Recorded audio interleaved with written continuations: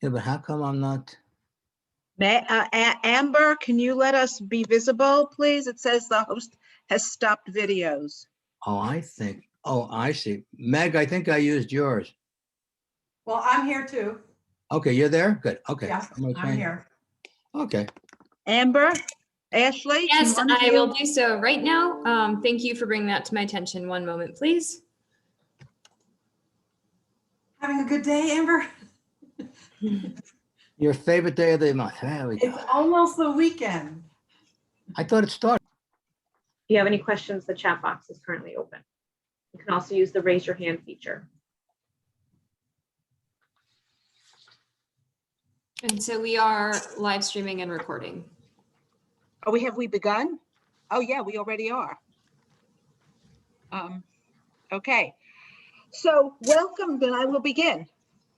Welcome to the April 1st, happy April Fool's Day, everybody, meeting of the Village of Mamaroneck Zoning Board of Appeals, and welcome to our meeting. Just to give everybody knowledge, there are only 3 people that will be here tonight. So when your item is listed to be discussed, if you would like to adjourn because we only have 3, we will grant you that right to adjourn. I see that there was I a think- request from somebody who's way late in the meeting that was going to ask for an adjournment. Could he ask for? Yeah, but the problem is that that's a different kind of application. I mean, that was it's only on for adjournment, so there's no other reason to discuss it. So we'd adjourn it differently. I'm not sure why we need to discuss it. If we want to just adjourn it for 1 month, based on that, if the rest of you want to just adjourn it now, that's okay too. My view was to let it stay because he was just, prior to the meeting, he was just asking for adjournment because he wanted it adjourned. So now he's asking for adjournment because there's only 3 members. Right. If he wants to do it that way and have it adjourned to the next meeting, we can have it adjourned to the next meeting. That means at the next meeting, it would be on for a public hearing because that's what it was on for before it was adjourned to this meeting. So I'm okay with doing that, Meg and Dave, if that's okay with you. I thought the email that What does he want? What does he want? we Does it- received an He email that wants to adjourn, according to his chat message, he wants to adjourn because we only have 3 members instead of the full complement. And prior to that, he but he indicated. also sent an email that he was asking us for a 90-day adjournment. But that's that adjournment would have to wait until we discuss it, and it's not a public hearing, so he couldn't speak. Because we didn't put it back on for a public hearing because that's what happened from the adjournment. So I'm happy to adjourn it for till the next meeting. One question, if I could. Yes. It's not a public hearing tonight, correct? Correct. So what is it? Are we adjourning it to a public hearing? Well, here's what it should have been. I realized after we set the agenda, it should have been. It was a public hearing at the meeting at which we adjourned it. Therefore, when it was adjourned, it should have been adjourned to a public hearing. So it was erroneously set for just an administrative discussion rather than a public hearing. So obviously, if it gets adjourned again, it gets adjourned to a public hearing because Correct. that's where it should have been tonight.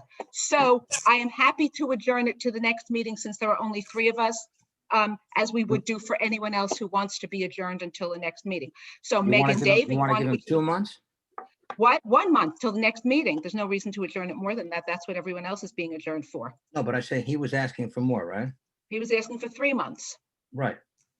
Is there a reason? Make a motion to adjourn it for 3 months? I disagree, so you can't adopt it because I wouldn't do that. Would you do 2?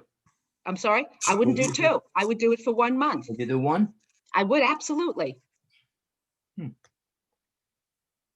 What happens if we can't get 3 people to agree on adjourned? Then we have our discussion tonight. And if we can't reach agreement tonight, then it would obviously have to be adjourned because it's not on for a public hearing. And it would be on for a public hearing at the next meeting as it would have been.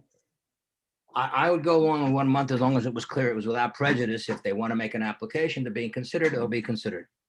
They won't have been prejudiced by not sticking around. No, it's purely being adjourned because we don't have 3 people and we have always taken that as our practice to do. We have in the past done that when we don't have, we Well, I only have retract 3 my people. motion tonight. So I make a motion that we adjourn this for a month till the next month's meeting. Okay, we usually just adjourn without a motion on these cases, but if you want to do it by motion, that's fine. I'll second that motion. Dave, Yeah, I'll vote yes, as long as we all understand. I mean, they can make an application. Nothing precludes them at that time. I'm making an application for what? If they want Adjourn. further adjournment. 'Cause he's made For their it- adjournment. At the next He's made it meeting, very they can clear to adjourn us it that to he wants whatever they 3 want. months. I just don't want to be cute. No, We're no, giving no, him this 1 has month nothing to now do with because of that. the number of people here. This has nothing to do with what I- they can do at the next meeting. Understood. Then I'm good. Okay, so it is, Meg, so on the vote to adjourn, Meg, I say yes. Dave, Yeah, sure. okay, so it is adjourned for 1 month, at which point it will be on for a public hearing at the next meeting, as it should have been tonight. So we took that out of order, Meg, without announcing what application that was, so there is no record of what we just did. No, I didn't mean to do something wrong. Then let's say what it was. I'm sorry. You made a motion before we took it up, before we did anything, So so, you can guide me anytime that you like that happens. That's fine. you made the motion, so it needed to be discussed. In any case, so my impression would be to leave it till we're taking it up. But we've now voted on adjourning an application for which we didn't open. Charlie, what is your suggestion we do now, since we took a vote on an application without even saying what the application was? So presumably, it's kind of meaningless. What do you think? I think it's pretty clear, so we'll just. Who's it clear recite to? for the record Who's that- it clear to? Is it clear to anybody in the public who's listening and has no idea what we're talking about? So I was just going to recommend that all we do is clarify the record. So we say that motion that was made was related to 130 Beach Avenue. There was a request from the applicant to adjourn the meeting for 3 months. However, the board passed a motion to adjourn. No, it for that's 1 not the issue. I'm sorry. This is not how we do it. Okay. It's not how we If do you it. think it doesn't matter and you want to announce We'd the like to application. do it the normal way that we do it, which is the normal way to do it is to ask applicants who wish to be adjourned until the next meeting. This is how we normally do it. So I am asking all applicants, given that we only have 3 members tonight, any application who wishes to adjourn to the next meeting, please let us know. So any applicant who wishes to be adjourned till the next meeting, please let me know now.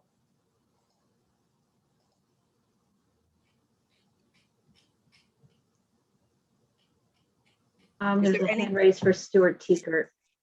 I'm sorry. Stuart Teekert has his hand raised. I can Okay, so call on Stuart. I think Mr. Woods may have left the meeting, assuming that you had voted. But I would request that you adjourn the meeting for a month. Okay, that's great. So just to make this clear what this is application 130 Beach Avenue. This is application 130 Beach Avenue. So we previously, Meg made the motion, I seconded it, and we voted to approve the adjournment for 1 month. So the motion is granted, Mr. Teekert, and it is adjourned till next month. This is Kelly, the court reporter. There was a court reporter ordered for this evening. I've been sitting here for 20 minutes. I didn't type a thing. I was not let into the meeting until just now. I'm not sure which application you're here for. I'm here did for you- the whole meeting. Apparently, somebody ordered a court reporter for 7 o'clock. If you don't need me, I'd be happy to leave. You were not ordered by the village. You were probably ordered by one of the applicants. So do you happen to know which application? have So no I would idea. imagine that you all have been ordered for the public hearing on the draft environmental impact statement. So- Could the applicant who ordered the court reporter, whichever application, kind of just indicate? Yeah, they put in the chat. It's 4116 Waverly. So you just have to be patient because that application hasn't started yet. Okay, because usually when I do board meetings and stuff, I'm let in on the whole meeting and I do the whole meeting. So I just It's up assume. to you, the whoever village has to hired be. me. Okay. Well, we'll get That's back. to something you. you should take up with whoever hired you to be here. Oh, geez, God. Okay, is there any other applications that would like to be adjourned tonight, given that we only have 3 members?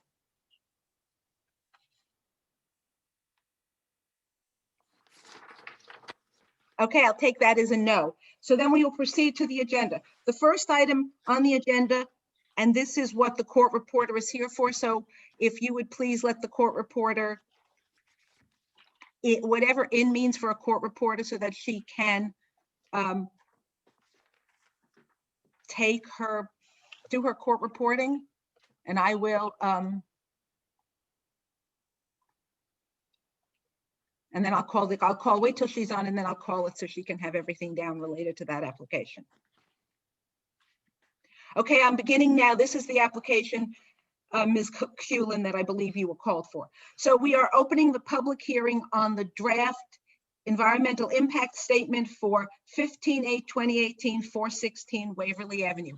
Our planning consultant is going to sort of introduce it and tell the public what we're here and what they can do and what we're here for. Ashley? Sure. So I'm just going to share my screen. So this is an overview of the seeker process, and where we are is the application was typed as an unlisted action, and the Zoning Board of Appeals issued a positive declaration a few months, almost a year ago now. Scoping was conducted, and the applicant prepared a draft environmental impact statement. That document was accepted as complete for public review back in February with some conditions. The final document was submitted to the village in March, and it's been posted on the village's website and has been available for public review. A notice of completion was circulated to all of the involved and interested agencies. And so now where we are is the public hearing on the DEIS. So we will be taking public comments on what the contents are, on the contents of the DEIS, the technical analyses that are contained therein. It's not on the variance application of that, although that is covered within the DEIS itself. But this is really more about the potential environmental impacts of the project and how they are assessed in the DEIS. The earliest that the public hearing can be closed is, well, you could close the verbal portion tonight, but the written portion would need to stay open until April 19th. If you choose to leave the oral portion open, the written portion would then close 10 days after whatever day you end up closing the oral portion of the public hearing. Once the public hearing and the public comment period is closed, the applicant will go back and prepare what's called a final environmental impact statement, and that will respond to all of the comments that were received on the DEIS. That document will then be presented to the Zoning Board of Appeals for review. And that document is the lead agency's document. So that document will be one that you have to agree with all of the findings in. Once that document is accepted as complete, you would then proceed to making your findings, and then that would end the seeker process. And from that point, all of the involved and interested agencies would be able to make their decisions on the application. I believe that the applicant wants to make a brief, oh, sure. I just asked a question. I understand that this is an opportunity for the public to speak. Is this also a chance for us to speak on the quality of the information or the impact, how we feel that it would be impactful to the environment? Yes. Yes. So the last few months have been doing what's called the completeness review of the document, where you're just saying whether or not the information that was in the EIS was enough for the public to have enough information to comment on the project. Where you are now is the substantive review. So if you have a substantive comment on the technical analysis, this would be the time to raise it, because then they can address it in the final environmental impact statement. Thank you.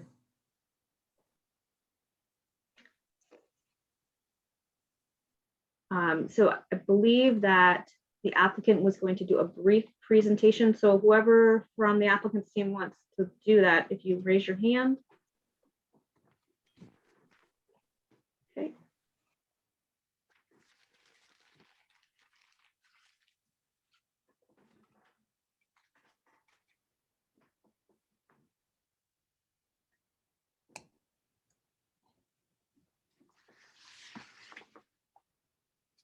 Good evening.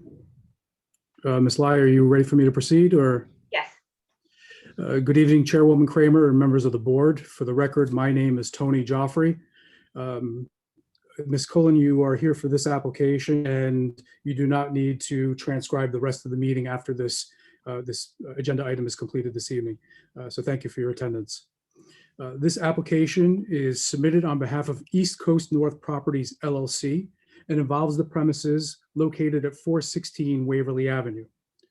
This application proposes the development of a 4-story addition to an existing self-storage facility that was completed in 2015. The proposed addition would accommodate 321 additional storage units, 700 square feet of retail space for the sale of retail goods, and 25 associated parking spaces. Applications in support of this project were submitted in May of 2018 and included site plan application, a variance application, an LWRP consistency review, as well as a flood development permit. The project site is comprised of a little over 1 acre parcel and is classified in the M1 manufacturing district, and self-storage use is a permitted use within that district. The property lies within the heart of the village's industrial area as is defined in the comprehensive plan. The site and the majority of the parcels surrounding the site are classified as manufacturing, industrial, and warehousing. The site is bounded by Waverly Avenue to the west, Fenimore to the north, and a CSX railroad spur to the east. Surrounding land uses include industrial, warehousing, office, auto-related, and multifamily residential uses. The site is currently improved with a 3-story barn, which is proposed to be demolished, a 2-story building over covered parking area, which is proposed to be demolished, a 2-story concrete block structure that currently houses the offices of the Murphy Brothers Contracting business, which is proposed to be demolished, a 2-story stucco building that is proposed to be renovated and used as the Murphy Brothers Contracting office, as well as a self-storage building that is on the premises that this board previously evaluated and approved variances for. The site supports the existing self-storage use and facility, the Murphy Brothers Contracting office, and 7 contractor spaces. The existing self-storage building has been operational for over 5 years and is known as the local storage solution. And there has been a demand for additional storage space. It has been recognized for its green and environmentally responsible construction and design, and the building has won numerous awards, including a Best Green Commercial Building, the Best of BOMA, Westchester County's Signature Award, and the Westchester County 2017 Earth Day Award. The proposed project presents a unique opportunity to redevelop the property and enhance the existing self-storage facility and use that will benefit the community. As part of the application, the applicant proposes to renovate one of the existing 2-story buildings on the property to relocate the Murphy Brothers Contracting office. Importantly, and as I mentioned, the plan also includes the demolition and removal of 3 existing buildings on the premises and the elimination of 7 contractor spaces and the removal of construction equipment storage. The proposed self-storage addition consists of a 56,328 square foot addition, 321 additional storage units, 700 square feet of retail space, and a reconfigured parking lot of 25 parking spaces. The premises is classified in the M1 district where the proposed use and the proposed project is a permitted use.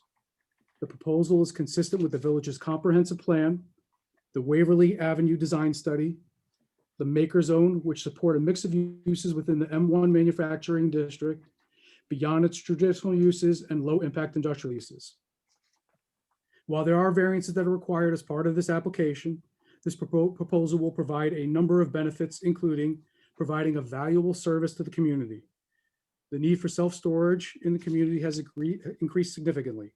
It's now viewed as a necessity for homeowners and renters, and we note the new rental developments within the community. The existing self-storage facilities at capacity, and we submitted a feasibility study to support that contention, and their need is expected to grow. As I mentioned, there will be the elimination of existing contractor storage and office uses, which will have the effect of reduction of traffic and noise. There will be the elimination of a number of dilapidated buildings and outdoor storage racks, and this proposal involves a green self-storage building. There will be landscaping enhancements and improvements to the streetscape, which are encouraged in the comprehensive plan, including a deep rainwater garden along Fenimore, the addition of a decorative bench, street trees, and shallow planting beds with pollinators. There will be the elimination of 5 bathrooms, 2 service sinks, and 1 kitchen sink, which will reduce water use on the premises. The project also proposes new stormwater maintenance system that will significantly reduce stormwater impacts and flooding. This is something that is also encouraged in the comprehensive plan. The proposal will reduce traffic flow to and from the property through the reduction of businesses on the property, also including the low traffic generator of the self-storage use. There will be improved traffic flow and safety through the elimination of 2 curb cuts and the redesign of the parking area. There will be a reduction in the existing impervious surface on site, and this proposal will foster renewable energy and energy efficiency through the installation of a solar panel system that will provide clean energy to approximately 50 Mamaroneck residents. Self-storage uses use very little energy. The new addition will be more energy efficient than a standard storage building and be 50% more efficient than New York State Building Code requirements. There will be enhanced LED lighting and improved lighting design.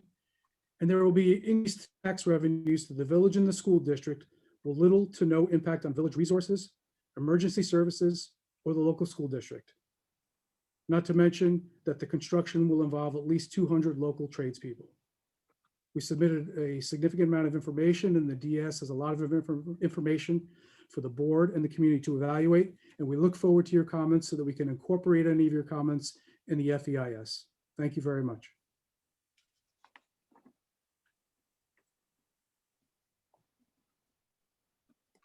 Okay, I guess then we will open this to the public or to, I guess, members of the board, if you have any comments based on what Ashley said, if you have any comments on the DEIS. Speak now, please, or Meg, did you have something?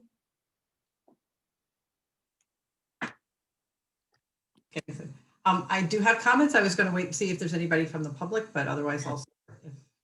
We usually take board members first, so. Okay. Well, I have a list of things of what I found, I don't think is accurate, and I have some questions as well. So one is that they discuss about that this is a benefit because it will demolish a dilapidated barn. Just wanted to point out, I have no problem with the design of the barn or the building. I feel that it's actually dilapidated because the property owners have not maintained it or painted it. And that's the same people who are going to be putting up a mammoth storage facility. So I don't think in and of itself, it's a terrible building. It's just that the property owners allowed it to be degraded, and wanted to make that point that if you degrade something on purpose, then you can use it as a benefit now for a different use. Also, they described the new building as fitting seamlessly, integrating seamlessly with the self-storage building that's there currently. It looks like it will all be one piece. And I realized that back in, I know the resolution was passed in 2013. I don't know if that's when the original project was submitted, but originally the applicant was looking for a much larger project back in 2012 or 2013. And the board turned them down. And now they're coming back to build that extra piece of the project that was actually, as in my understanding, the board rejected. So this definitely seems like segmentation to me when I see that it actually fits seamlessly into the other building. They're not even trying to pretend it's really a different building. Also, when they talk about that, it's in line with the maker zone. My understanding of the maker zone is to increase nightlife and pedestrian traffic, and actually to move away from big warehouses and self-storage. So I think that's an inaccurate statement. I know that it's a permitted use as right now in the code, but I don't believe that it's in line with what the maker zone had said. Sorry, I'm looking at my notes here. Then I also had some questions about the borings. Now, when we get to the borings, the soil borings that were taken. And I understand that there was a total of 9 borings that were done, and yet we only have information about 6 of them. Let me get here where I don't know what happened to boring number 2, number 4, and number 8. So those of you who are reading the document, you can see there's quite a lot of talk about there's tables with what was found in the other borings, holes in the soil.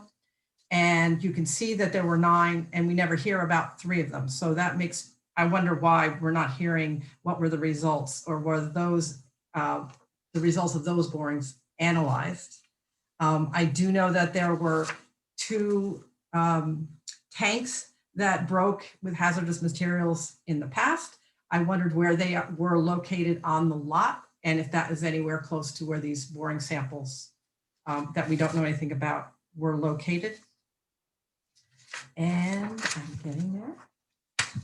And then I have some questions about the flooding and what I don't understand. I understand that the building is going to be built on slabs. So it's being built just on top of the ground and on slabs.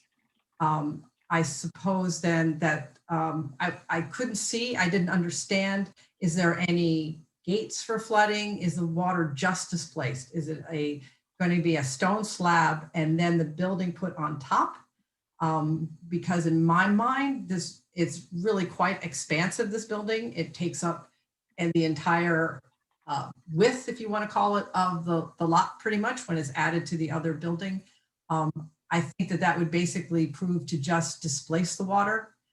In my mind, it's like putting something in the bathtub and all the water will spill out. So I understand that they are going to put pervious surface there. So eventually things will drip down, things evaporate, but during an actually flooding event, I don't think you can rely on it all going down into the ground. And I do feel that the slab structure without any other way of allowing the water to move across the lot will just displace it. I think it's a little bit of a rise in the area. It would probably push the water down into neighboring lots. And then in the end, I appreciate the additional renderings that were added from the very first draft of the DIS. And I have to say that I feel that is an enormous impact on visually on the neighborhood, that there is no other kind of warehouse that takes over a property like that, that it's the combination of the mass and the height. It has an enormous quality on the lot. And in my mind, I realize there's industrial purposes and they're not super attractive purposes in the industrial area, yet none of them are that size. When they get to be this size, in my mind, it's turning it into an urban type of feeling in the community. It's taking away from a sense of a village that has an area where there's some contractors and there's car repair and there is some warehousing to a certain extent, but it's of a smaller nature. When I see this kind of size of a structure, it definitely seems to be tending to be an urban environment rather than a village environment. So that's my list of comments that I wanted to make. Okay, thanks, Meg. Good comments. Dave, do you have anything you want to add? Sure. To say? Yeah, I'll start with that from the time came back to this board, I've been asking for a full copy of the DEIS repeatedly in writing, on the telephone. I finally went over and I said, I'll come over to get one. And what I got was about looks like about 3/4, ½ inch of paper, but it doesn't include all the pertinent information and the schedules and everything. I have not read them. I was told that I could access them. There were thousands of pages of them. I don't have the ability. I couldn't pull it off the system. I want a copy. And I brought that up at the last meeting and I said I wanted it so that I could review it because the tables are usually what have a lot to do with it. So obviously my preference would be, I certainly repeat my request. If that's not going to be the basis for my vote, then because I don't want to be unfair to anybody, but I need to see it. And I would hope that we would stay open particularly since there were two members not here. Dealing more substantively, I want to clarify one thing that came up, and that they've talked about this being an addition, and this is a new thing, and the other thing was approved before. Let's just go back a little bit. First application made on this property, of which I'm aware, and obviously there may have been others, concerned an attempt to build a building about the size of both of the property, the existing building, plus what they now propose. The board issued a positive declaration, which was published in the ENB, the Environmental Notice Bulletin at the time, and went through, and that's what it had gotten to. At that point, shortly thereafter, the application was withdrawn or abandoned, and in light of it, they cut the project significantly. I think about 50%. I'm not going to just mention square footage, but about half. And that's what they went. And that was not POSDEC. Now they're back to take the second half. And to me, that's probably what I would call segmentation, about as clear as you could be. Moreover, not only is it just not a question of segmenting it, but to suggest that it's not impacting the first building is silly, because even if it hadn't been a segmentation of the application initially, the buildings are being integrated into one. There's structural changes on both, and they're all going to be integrated. The new site, the whole area, parking, etc. So I think it's not fair to characterize it, nor have I ever heard this characterized as an addition. It is a structural change of the area. It is basically going back to, and I imagine the planners have looked at this, the original application, which was probably about what they mentioned it earlier, about 5 years ago, something like that. So I think it was that. So they filled up the first, and now we're going to bootstrap. I think that's the segmentation concern. As far as my other comments go, without having the data and the detail, obviously I've seen the pictures and I've seen the site. I think the visual concerns are extraordinary. I think it changes a qualitative aspect to a town or a village or a hamlet. When you come in, it's a very different structure. I don't think, I may be wrong, I don't think the high school is of that magnitude. Maybe I'm wrong on that, but certainly for a size of its size, for a land parcel like that, it's an extraordinary building, both in terms of height, dimension, and mass. Another concern I've always had and brought up earlier on this, when I was on the board, when this was POSDEC, the second time as well as the first, is the concern about testing. Testing meaning for contaminants in the water, et cetera, which flow. Concerned because I know that the DEC had assigned an engineer to be in charge of the area because there were several sites, and I had the names at the time of the individuals, because this was in an area where, and the applicant acknowledges, there had been some concerns with funded sites that were funded for correction and removal of contamination. But I was concerned with the fact that the applicant never had a test made, according to what they had said, although when they built the building, there were never any soil tests. And I be very frank with everybody, that sort of concerns me as a blind eye approach, because you're going to put that money into a building, as they've done, and it's there. I've heard tonight it's full and operational. You would think they would have done those tests, and I'm concerned as to why they weren't. So I posed the question when this was once heard by us recently, I guess not that recently, but a couple of years ago. How do you go about finding out where to test? Because that's the key. You have to know where to test. And I think locating the areas of testing is very important. I'd like to know how they found those areas. I know I once proposed that an engineer have to be designated to explain why they picked it. And then who selected them and what were the actual findings? Because when I read phrases, and I haven't seen the test data, but I saw something about, well, some areas are within reach, some are not. There are some things that are, mostly it's okay. There are no hydrocarbons. The question is, need more than that. I need to know how much.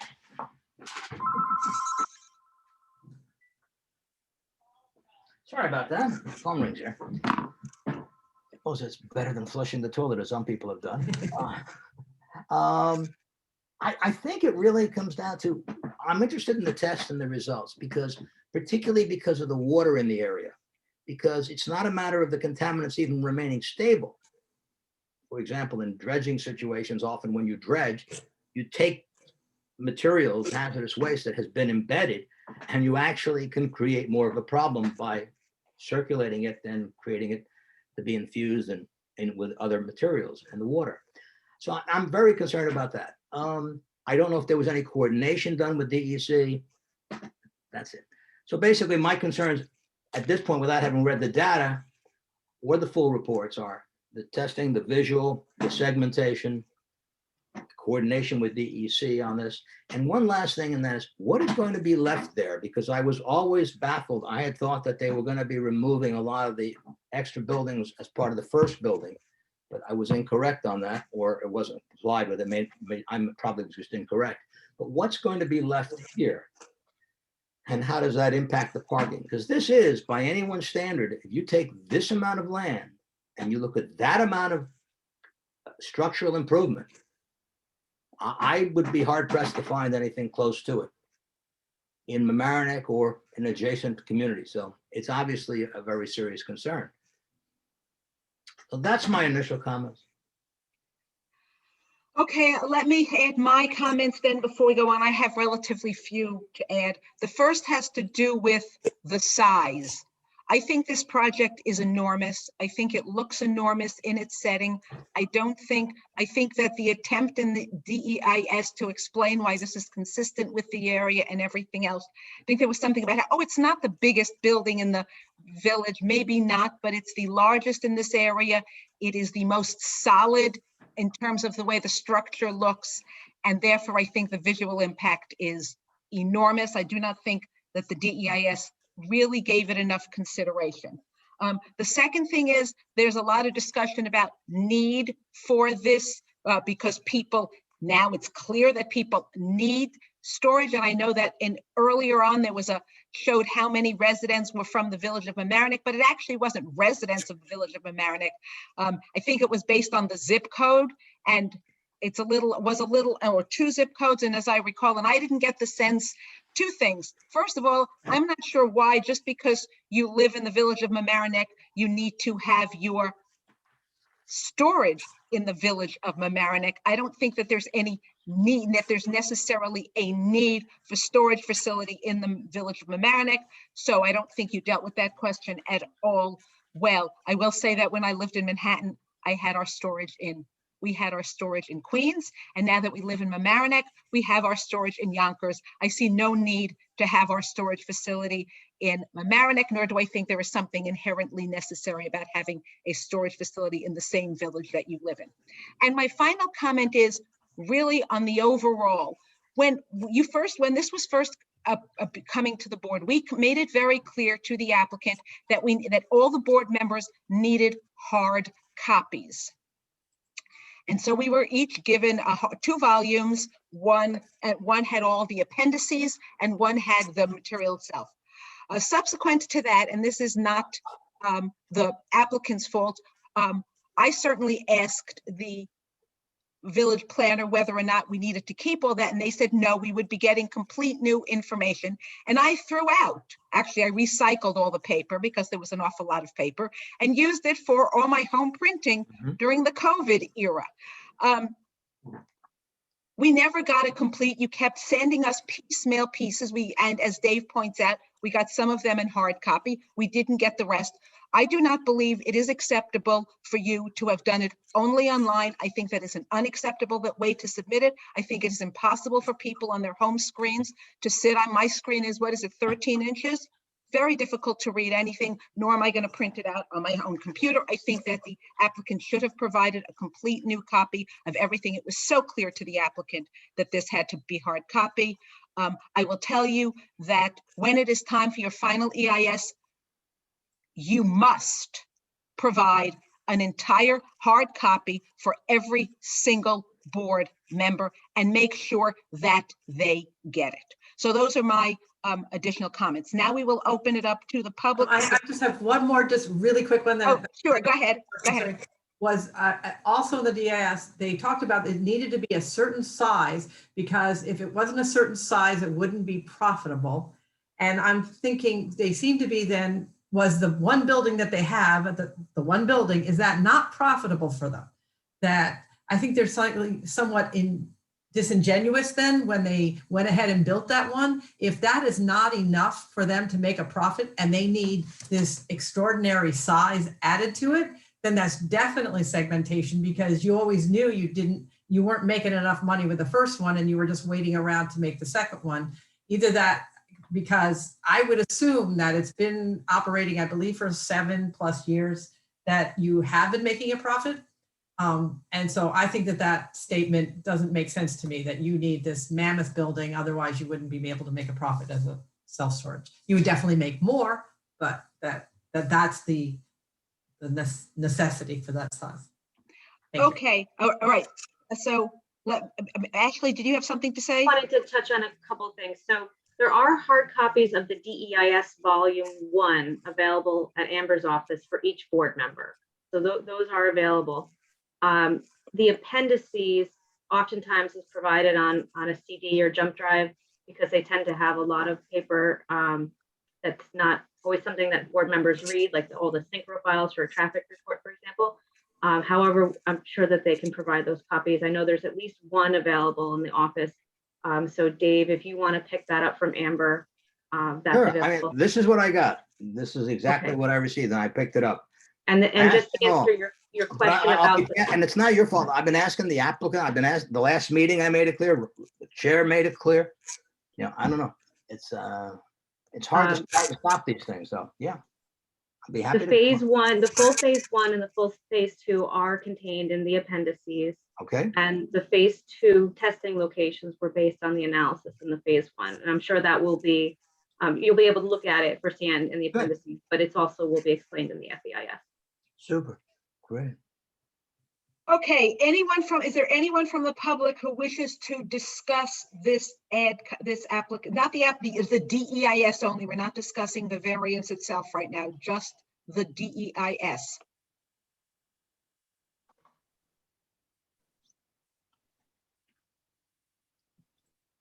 You can use the raise your hand feature or the chat box to ask a question.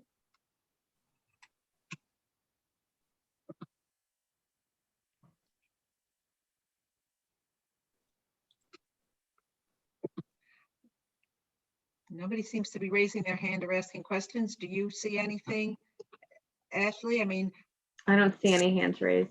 okay, anybody else out there? Anybody out there? There are a lot of people on the attending, more than usual, so I don't know if maybe they're all representatives of applicants, but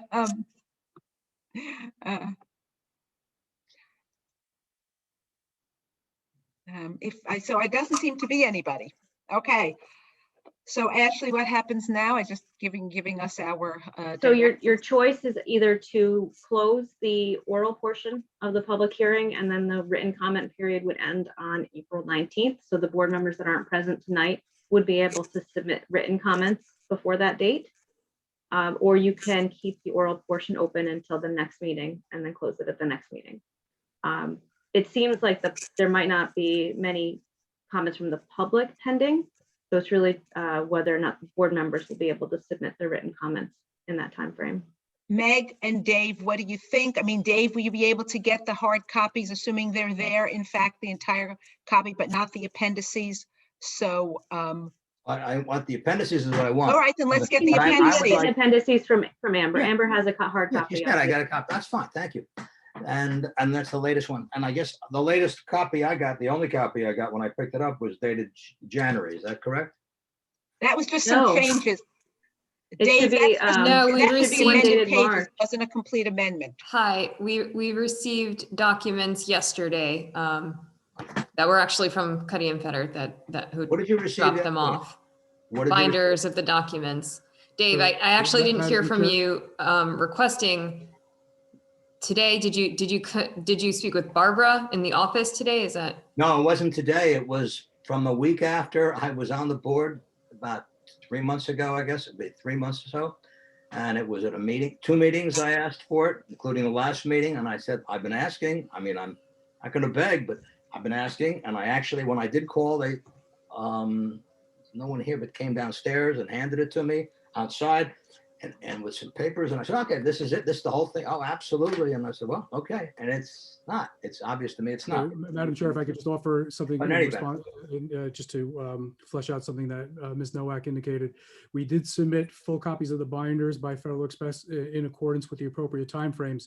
For some reason, they were returned to our planner's office. We only received them back from FedEx 2 days ago, so we arranged to hand deliver them to the office yesterday. So we complied. There was an issue with FedEx, so the applicant will respectfully request, particularly given there are no comments from the public, that you close the oral portion of the hearing this evening.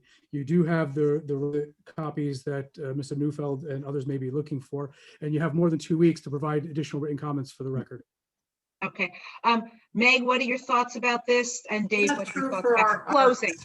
I'm For sorry. our other- How about the other board members that are not here? They would have the opportunity to provide written comments, is that?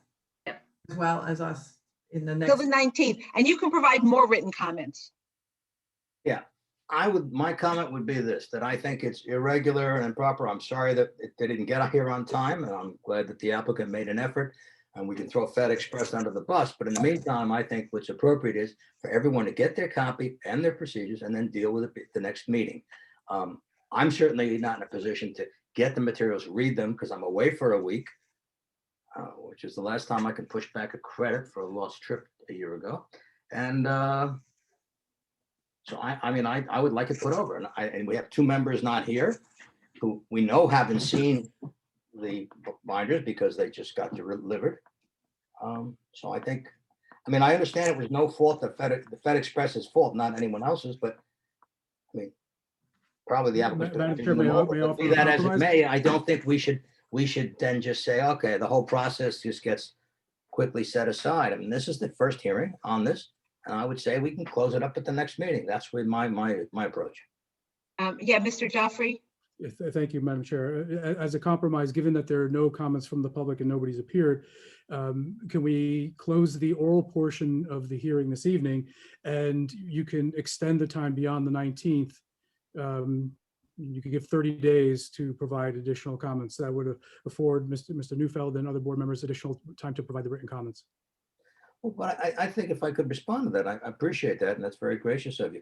But on the other hand, it doesn't impact you, since nothing will be closed. It seems like it's a lot easier to just comment on it at the time at a hearing, as opposed to now we have If to there's read. additional expenses for the Right up. applicant and us appearing, there's additional expenses with the court reporter. So Let me ask a question for Ashley so that we understand. If we do not close the oral portion till today, if we don't close the oral portion today, and we keep the oral portion open until the next meeting, would the applicant then necessarily have the additional whatever time period is the statutory time period? So it wouldn't be closed on May, whatever it is, 6th or whatever the date of the Yeah, it would hearing? be 10 days after that. They have to allow 10-day written comment period following the close of the oral portion. Okay, so I think that's why I guess you want to close the oral portion.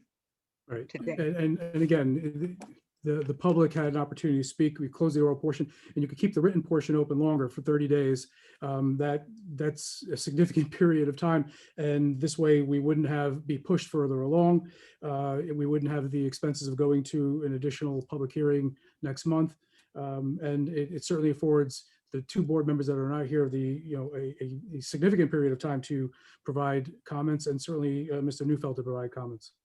And just to be clear, the village did receive the digital copy on time, and it was posted on the website that day. So it has been available to the public since the middle of March. They And should have it's been right printed. on the And plane. village It's right should on the have printed it out ZBA. and Sent it to us.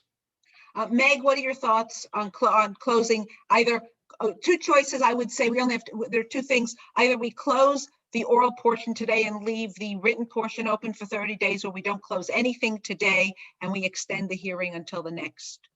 I think Dave really was not able to review this. I think it's good to make comments publicly. We don't know that if we don't keep it open when Dave makes his comments publicly, that there will be then the public can hear them. I know that we can have written comments, but the public cannot respond.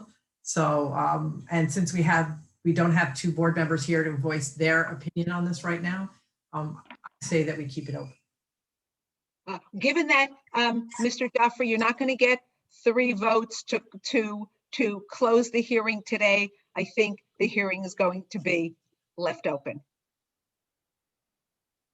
until the next meeting. It'll be, Ms. Kramer, it'll also be video, correct? So those people have to come here, correct? I'm sorry. The next meeting will be Zoom as well, correct? Yes, it's the same, okay. the same way. We're still in Zoom. No, I understand. I just didn't. Assuming the governor continues to extend that Sure. executive order another 30 days. And at this point, given that COVID numbers are up, I do not see any reason that he will not be extending it,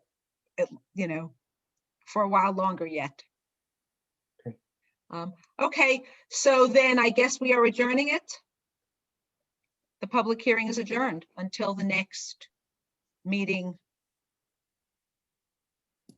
And can that be to a date certain, Madam Chair, please? It is a date certain. I'm sorry. The date of the next hearing, the next public hearing is May 6th. Thank you very much. Thank you very much. Okay.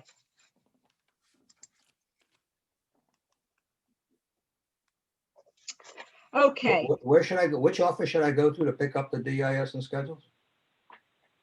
You should either send an email to me and copy Barbara, who is sometimes in the office when I'm not, or give a call to me and we can coordinate.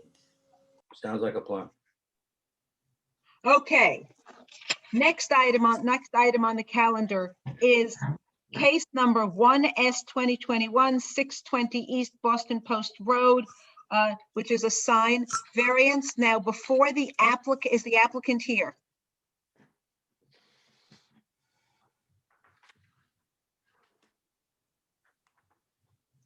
Yes, they've just been promoted to panelist. Okay. Will you introduce yourself, please? You have to unmute.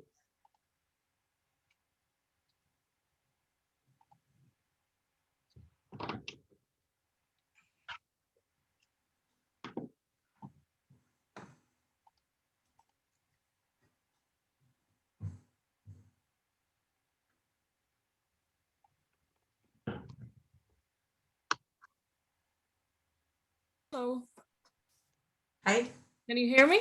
Yes. Oh, hi, good evening, members of the board. Madam Chair. Can you introduce yourself, please? Sure. My name is Sylvia Arsuaga. I'm a dentist. I'm a doctor owner of the Dental Equation, which is a new dental office in the Mamaroneck Plaza. I'm here today before you to address a variance for a sign.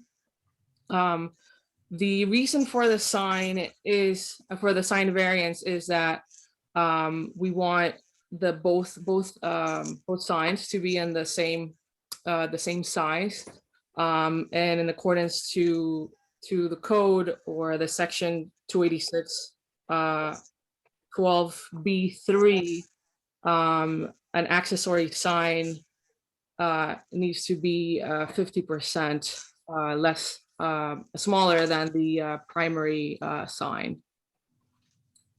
Where is the second sign that you want to put up? I mean, you only have one street front, so where are you proposing to put up the second sorry, sign? Robin, are we moving forward with this application without?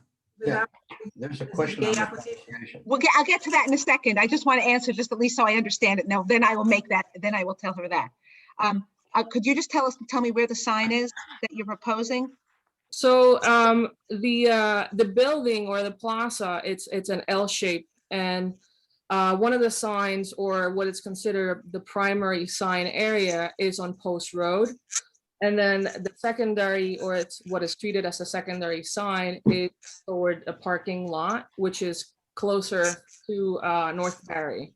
Okay, there is no, so I want to start off by saying that since you're here and since there may be other people here, we will have the public hearing. It cannot be closed today, and nor can we consider it since there is no application for a variance There's that no, was submitted. You did not, it shouldn't have been considered complete. since there was no application for a variance, but we need a complete application for an area variance to be submitted to the board. So if the planners would, Amber and or Ashley will help you, can work with you, but that is a necessary part of this application that isn't there. Right. So- I understand that. I thought we had it, and I discussed this with Amber, and we deemed it complete. But it's not there. I don't understand. All right, well, you could take care of that after today. So we'll open the public hearing in case there's anybody else on is anybody from the public wishes to address this application. One other thing, I drove by today. I did not see a sign. Did you post a sign saying there would be a hearing tonight? Yes. Where is that sign? Wasn't in the front of the dental equation today. I'm confused. What, can you repeat the question? What are you asking me? The code requires that you post a sign, any application for a variance. Oh, The sign posting, The sign not the was sign there on Post Road. itself. I don't know what happened. I didn't see it there today, but okay. If you say it was there, we'll worry, since we have to have The applicant submitted photos. Okay, so I don't know what happened to the sign. It wasn't there. I didn't see it today as we drove by. But okay, is there anybody from the public who wishes to address? And now board members, I'm not going to ask questions this week because I don't have an application to discuss. I don't know if either of you do, but if not, let's see if there's anyone from the public who wishes to address this. Is there anybody from the public who wishes to address this application?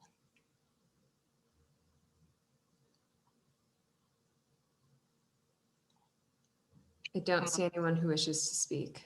Okay, Madam Chair, can I ask a question? yes. Why am I in the agenda if I don't have an application for a variance? Because it was a mistake and you shouldn't have been. I think it was just the way you were deemed complete for some reason, even though you didn't have the application in, you were put on the agenda because you were deemed complete. And until recently, we didn't realize that in fact there was no application there. So we will be adjourning this until the next meeting. I'm going to leave my questions until after I see the application. Board members, I don't know if Meg or Dave, if you want to ask anything today, or if you just want to wait. No, I'm not gonna ask, because I think it's awkward. I think there's not really a hearing on this. There can't be. I don't know Okay. how this got through, but it got through. That's it. Meg, anything? No, I'm going to wait until I see the application. Okay, so then we're just going to adjourn this until the next meeting, Ms. Arswaga. Well, are you gonna adjourn it or are they gonna start it? We'll put it on for the next meeting. Well, it's When does supposed she to have be to on get for her a public hearing application on? today. So, I mean, we did have it was put on for a public hearing, so I think it's got to be adjourned. Technically, I think that's all we can do. Yeah, the variance application was submitted in January. And it was postponed with some items missing, and Miss Amber got in contact with me, and we sorted all of that out. I thought it was complete. It's different than the sign application. Right. The variance application is not. the same thing. I understand that, yes. Okay. You actually I considered apologize a to the variance? extent that there was a Have it. confusion. I'm sorry that you had to come tonight, but that's what happened. And so I think we'll just adjourn it. Dave, Meg, yes, unless you have Yeah, something else. but I think what date does she have to have the application in by? Yeah, Amber, when does she have to have the application in by so we can get it?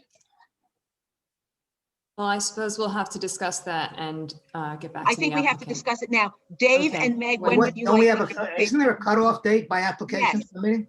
Yes, And we whatever don't- the normal cutoff date for submittal before a meeting is when she has to get it done. Right. For a continuing application, it's the same you're saying as There for a is new no application? This is not a we did not hear it. Okay. Therefore, you need to treat this as a new application. They never submitted all of the information that should have been submitted. If they were a new application, when would they have had to have the material submitted? So the submission deadline for the May 6th zoning board meeting is April 15th. So that is when you have to have your application in, Ms. Arswaga, Okay. April 15th. wait a second, let me clarify one thing. Repeat that. Anything Amber, else that I was need there to do other than the application? Is there All an the mat- application for the variance that was ever made? Yes, and it. There's and a building permit application that was submitted, It was never made, and there's a Dave. sign application. Okay, but there was never an appeal after they were denied. There was a denial as well, but there's not the ZBA application. We got the notice that the building But inspector, what's the timing on the, you have to get another denial. I don't know what the jurisdictional time is. I have no idea. I It's think, the same plans that were filed with the building inspector, so it wouldn't be a new denial. You're just looking for them to fill out the application form specifically for a variance? the law, we require an we have- application form. It shouldn't have been put on the calendar unless the application for a variance was submitted. It's on the calendar. It needs to be adjourned because we do not have an application before us to consider. Therefore, we are adjourning it. Therefore, they need to submit an application as if this was a brand new application, because for our consideration, that is what is needed. is there a certain window that the applicant needs to file after? April 15th. April 15th. No, I didn't mean that. I meant after receiving the notice of violation or the need for the Yeah, variance. that's what I read. there. Frank, I do can, you know, is there a time Well, you know period? what that is? Since other people seem, Frank, do you know, is there a time period by which someone has to appeal your determination? Charlie, what's the time? Is it 10 days? So it's an area variance request. So typically it's 60 days for if you're appealing the determination. However, for an area variance request, it's not technically an appeal of the determination. It's seeking an area variance. So that 60 days is really not applicable if it's just for the area variance. So you're able to use the But they're existing- denied, they were denied a sign permit. So they need. Area variance, though. I guess that's area, right? Okay, so April 15th, if you would please get your application in by April 15th. Okay, Does thank the you. applicant understand that the application for the permit, which was denied, is not the same as the application for a variance? I understand that, Okay. and I was under the impression that it was submitted because it was submitted by our architect firm, Global Consultants. So it was not sent directly through me. It was sent through the architect's consult firm. And they assured me that it was sent. So we'll make sure that we have that for next time. Thank you. Thank you. Okay, so this item is adjourned until the next meeting after submittal of a complete application. The next item on the agenda is, Robin, I know we would be going out of order, so tell me you don't want to do this, but we did get a message from Claflin, the 506 Claflin. They were sorry that they were late. This was before we went into the DEIS discussion about whether or not they could adjourn. oh, I'm sorry, if 1A 2021 506 Claflin, did you want to adjourn because we don't have a full complement of members? Is the applicant here? And do you want to adjourn? If so, Big now. could you identify yourself and then tell us whether that's correct or not? Yes, hello, my name is Michael Links. Are you able to hear? Yes, Okay, excellent. In speaking with the owner of the property, I'm the architect representing and the applicant representing the property. We wanted to understand what it meant to only have 3 members of the board here and what that meant with regards to our application or the likelihood of approval for the application. I can't tell you because I don't know until we haven't heard the application. We haven't heard anybody from the public speak. I can't tell you, but since it was calendared for a public hearing, we might adjourn it, but members of the public who are here, we would open it so that they could speak anyway tonight. We're not going to make them come back a Well, second time. It So takes- it takes What would three- happen is we just would not, if you wanted adjourned, we will open the public hearing, but not close it tonight. If you're requesting that it be adjourned. I can't tell you what's going to happen. Charlie, did you have a comment? Yeah, I just wanted to also make clear that the practical implications are that you would need an affirmative vote for all 3 members of the board present now to pass any sort of motion.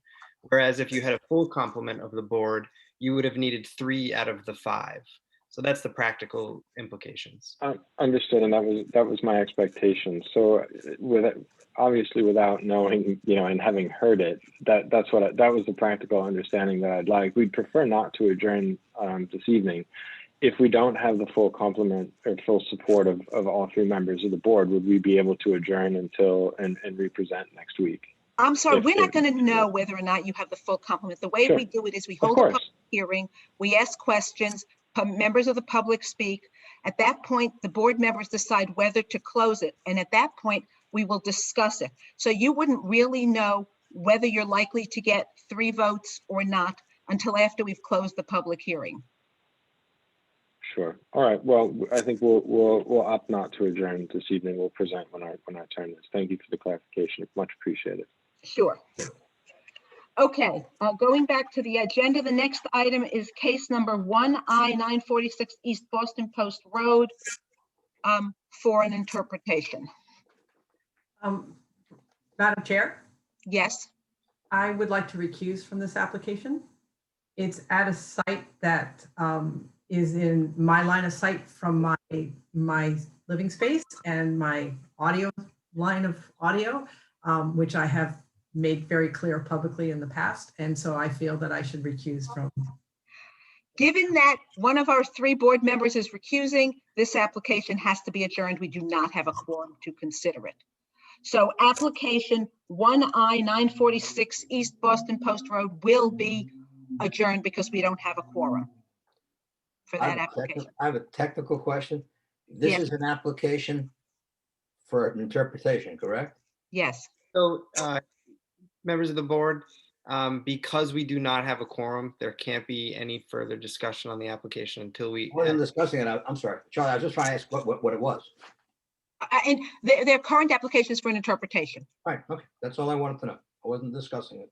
Okay, so that's done. We're done with that. What should So be case discussed? 1I, 2021-946 East Boston Post Road is done for tonight. Okay. Next item on the agenda is 1A-506 Claff Lynn, an application for a variance. All right, Mr. Lynx, you're up again. If you would please present your application. Absolutely. So I don't know if it's necessary to share screen or if you have all the documentation, but we're presenting today. I'm presenting on behalf of Simone Begelman and Ms. Bambi Fisher, the owners of the property at 506 Claflin, who have a small 2-bedroom home currently on the property, which they purchased several years ago. Since moving into the home and the recent sort of difficulties with COVID, they found that both working from home and their growing family with grandchildren, the home is a bit smaller than they had originally anticipated they needed. And they asked for an architect's assistance in understanding some ways they might expand their home. In doing research on the home, we've discovered obviously that the zoning of the property, the situation of the property exceeds and surpasses the setback limitations on the property, on both sides. Since it's a corner lot, it has 2 fronts and 2 sides. It exceeds the property setbacks on both of the side lots to each side.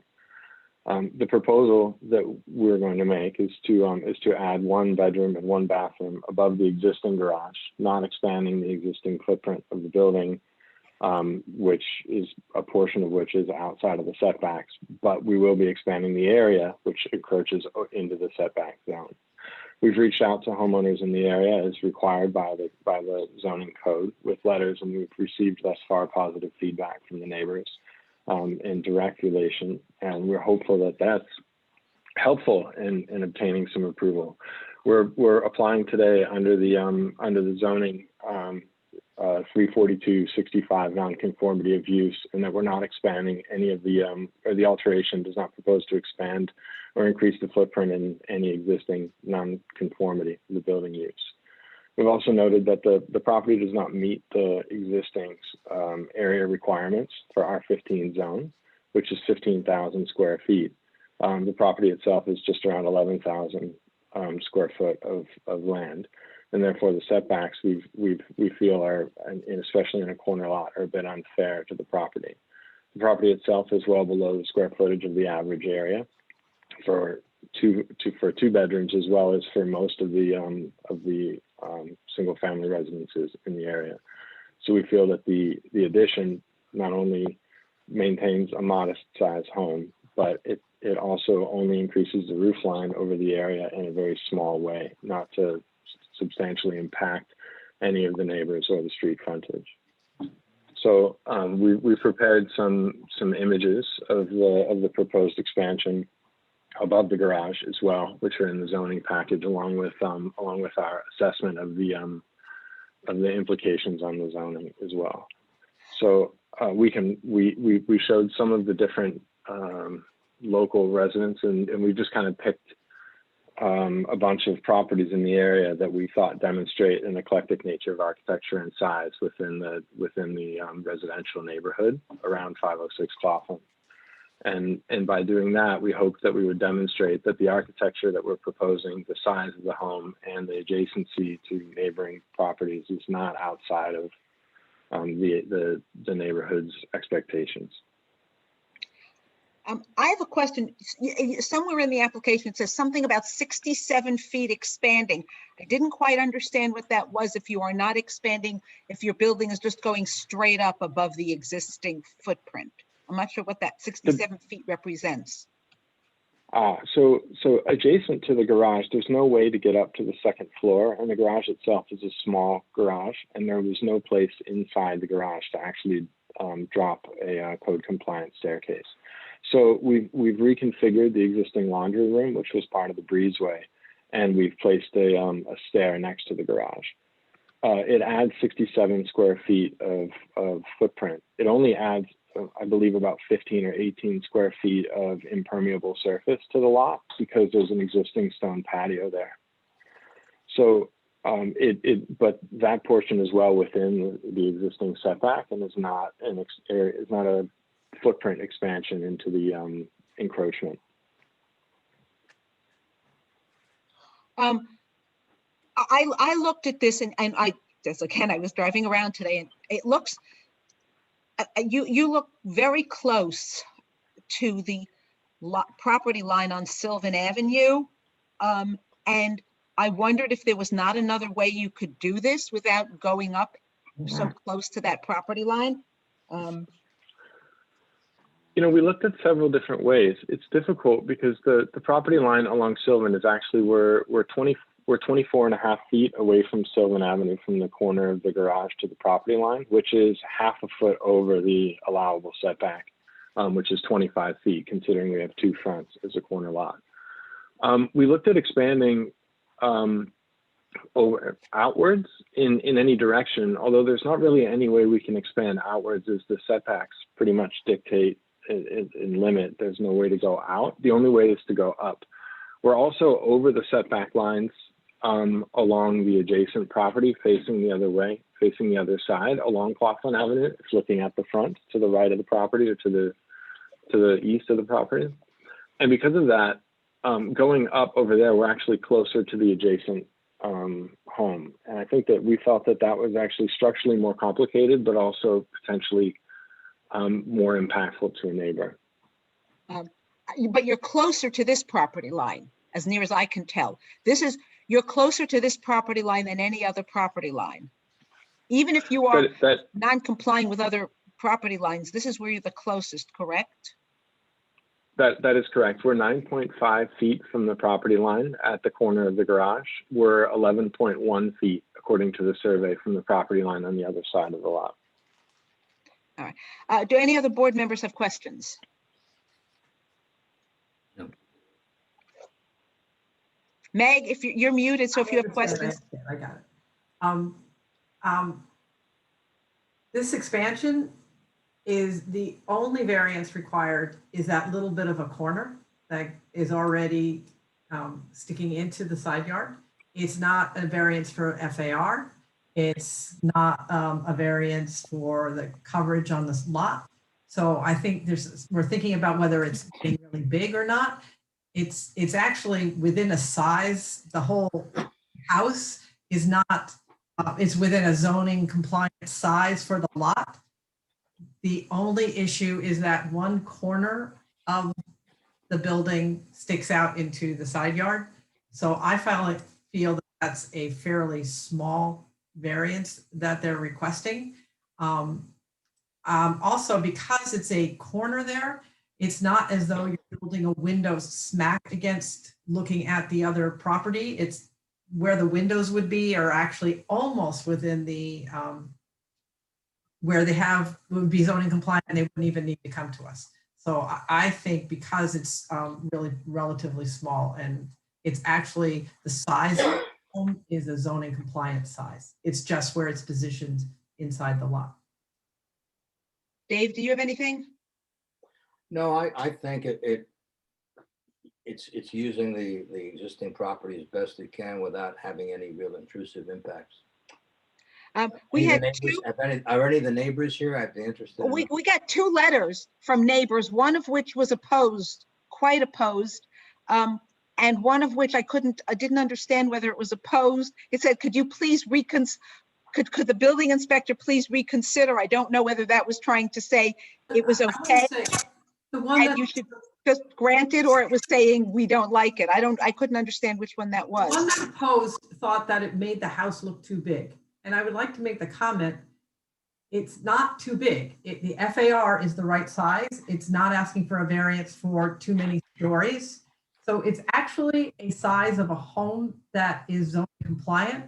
It's just positioned in a way that a corner of it takes up a part of the side yard. But I don't, when the person thinks that it looks like a cute house and they liked it small, but I do think the property owner has the right to build a second story, has the right to, go up to the FAR that's allowed by code.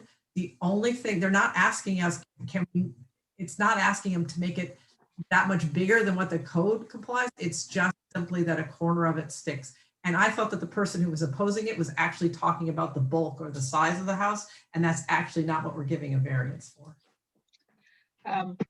Okay, it wasn't, okay. I couldn't understand what the second one was. There are 2 people with their hands raised. Okay, okay, members of the public, why don't you let them speak, please?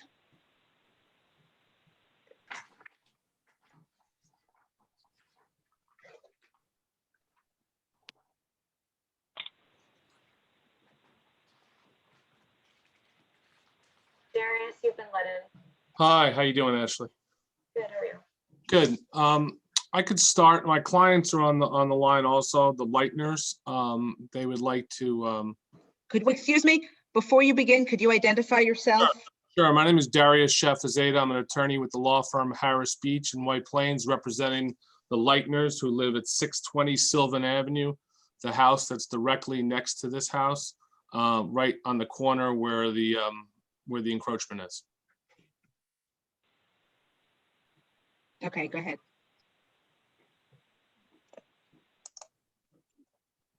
Can you hear me? Yes. Hi.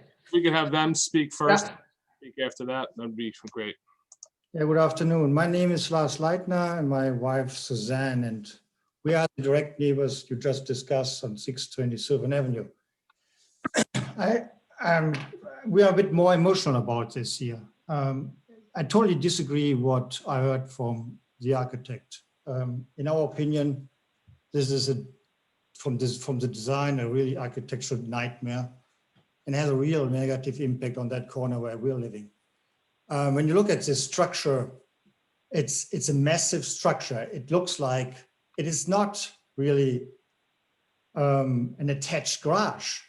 It's in a garage which is set back from the house and now gets a massive 2-story structure, gets connected with a staircase, and it's sitting not even 10 feet from our property line on our front yard. And I can tell you, this will impact massively our house. From there, you can watch directly now in our bedroom, in our living room, and you should see it in person on Google Earth, because of the unusual sitting of that house, I totally disagree. This is massive, and I can tell you, anyway, don't understand. This is an increase of the house of 25% after somebody says, I want to downsize. And this is our biggest investment in our life, our house, and that is massively diminishing the value of our house. So we absolutely oppose. And as I know, there are two neighbors who opposed also, who are on vacation. And by the way, we got a letter on Sunday about that this is planned, and the sign was stand up 10 years ago. So it was even hard to organize what's happening here, especially when a neighbor doesn't talk to you and talks about community. So we cannot even understand that somebody can consider to put 10 feet from our property line directly in front of our living room and bedroom, this house now watching over to us. And honestly, when you see the corner on Cleflin and 620 Sylvan Avenue, it is really like building a new house to an adjacent house. And by the way, that garage now is even higher than the existing house. So it looks massively. So as I said, I'm a bit more emotional here because I'm directly the neighbor. And honestly, I'm also an architect and engineer. I can find you a solution on that house on the other side, which would not have that impact. Put it on the other bedroom, what's on the other side of the room of the house. You anyway don't care if you are in the setback or not going in the setback. But that's, I would say, why is that not considered? That wouldn't have an impact on the neighbors. And if it's whatever, 5 feet in a setback or 7 feet in a setback, it doesn't matter really. You say something? Yeah, and on addition, the house is really a cute little small house. And if you look from Sylvan Avenue, from Cleflin Avenue, and from the other side, it will really diminish the whole look on the house. And on top of that, we would have, stepping out of the house, of our house, also a blocked view to the street. Yeah, that's another point. From our bedroom now, we can watch this entire way. We have several windows there. This thing would block the entire left side when we look over from our house down Sylvan Avenue. And that's currently not existing. I can tell you, when we bought our house, we discussed that and they were said, no, nobody can build there. This will not happen because we saw this garage there and said, this is very close. Why is it there? They said, okay, that was put there years ago where it didn't matter and it's protected. I get this. But as I said, this is not the smartest and intelligent way to expand this house. Thank you. What number street are you, sir? 620 Sylvan Avenue, that's directly the Sylvan Avenue. It's when I said that I thought the house was close to the one next to the property line. Right. Right. Yeah. Property. Yeah. And then in the Thank you, Madam Chair. If I could, representing the Lightners, this is Mr. Shafazadeh again. And I think some of the things that the Lightners said is very important. And I think your initial instinct about how close that house is to the neighboring house, the Lightners, is very important. Mr. Lightner indicated that it's a 25% increase in the current size of the house. It goes from 1,800 square feet to an excess of 2,200 square feet. And that additional almost 500 square feet is sitting right next to their bedroom, right on top of it. And one of the things that is very important to look at is the height. The height goes from 14 feet to over 22 feet. It's an 8-foot increase in height from the current structure.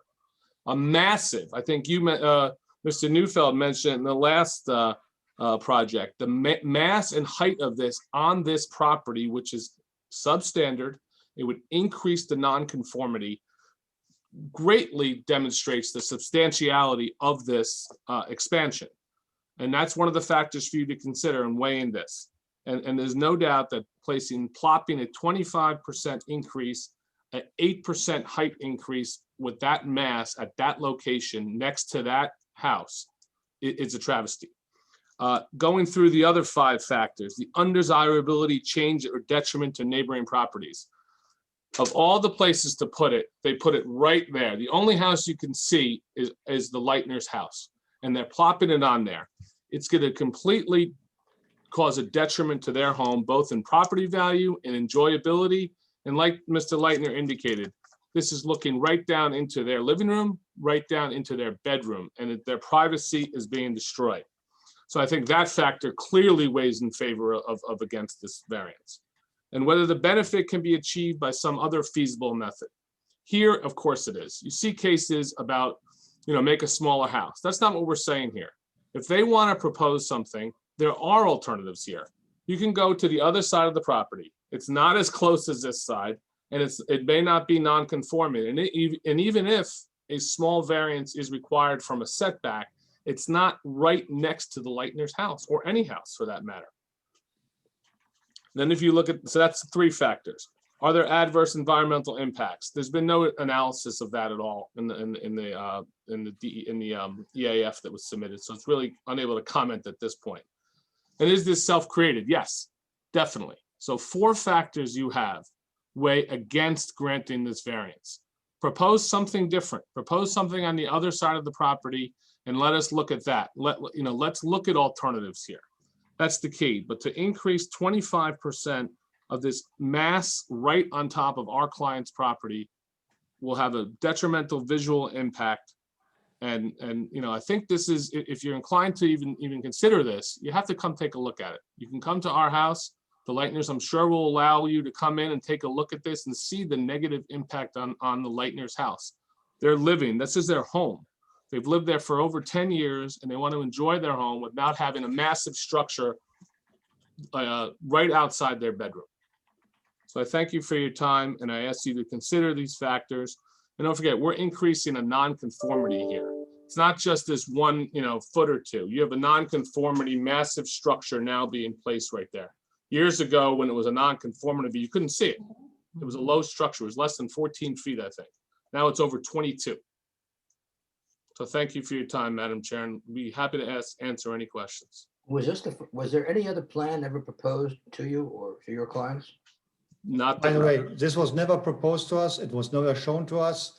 We got it because we sent that letter. We got that letter on Sunday that something is planned here. We saw that sign, which was put up 10 days ago. And then it was nice from your side that somebody sent us then, based on our letter we sent, the drawings. And that's the first time I even saw the drawings, which was even way worse than I even imagined. And even the letter, honestly, it's pretty misleading. You read a letter, and I talked to another neighbor, and they said, yeah, but they only put 4 feet on it. No, on that garage.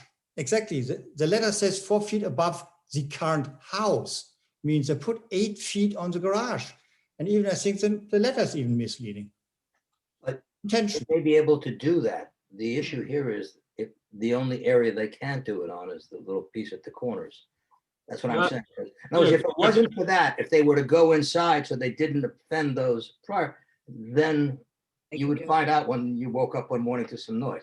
We don't have that, though. It is, though. It is encroaching. And I think Mr. Leitner made the good point as an architect is, if you look at this house as it's built now, you have the garage set back, tiny, small. Now you have almost another structure next to this house that's existing. It's almost now 2 structures on one property.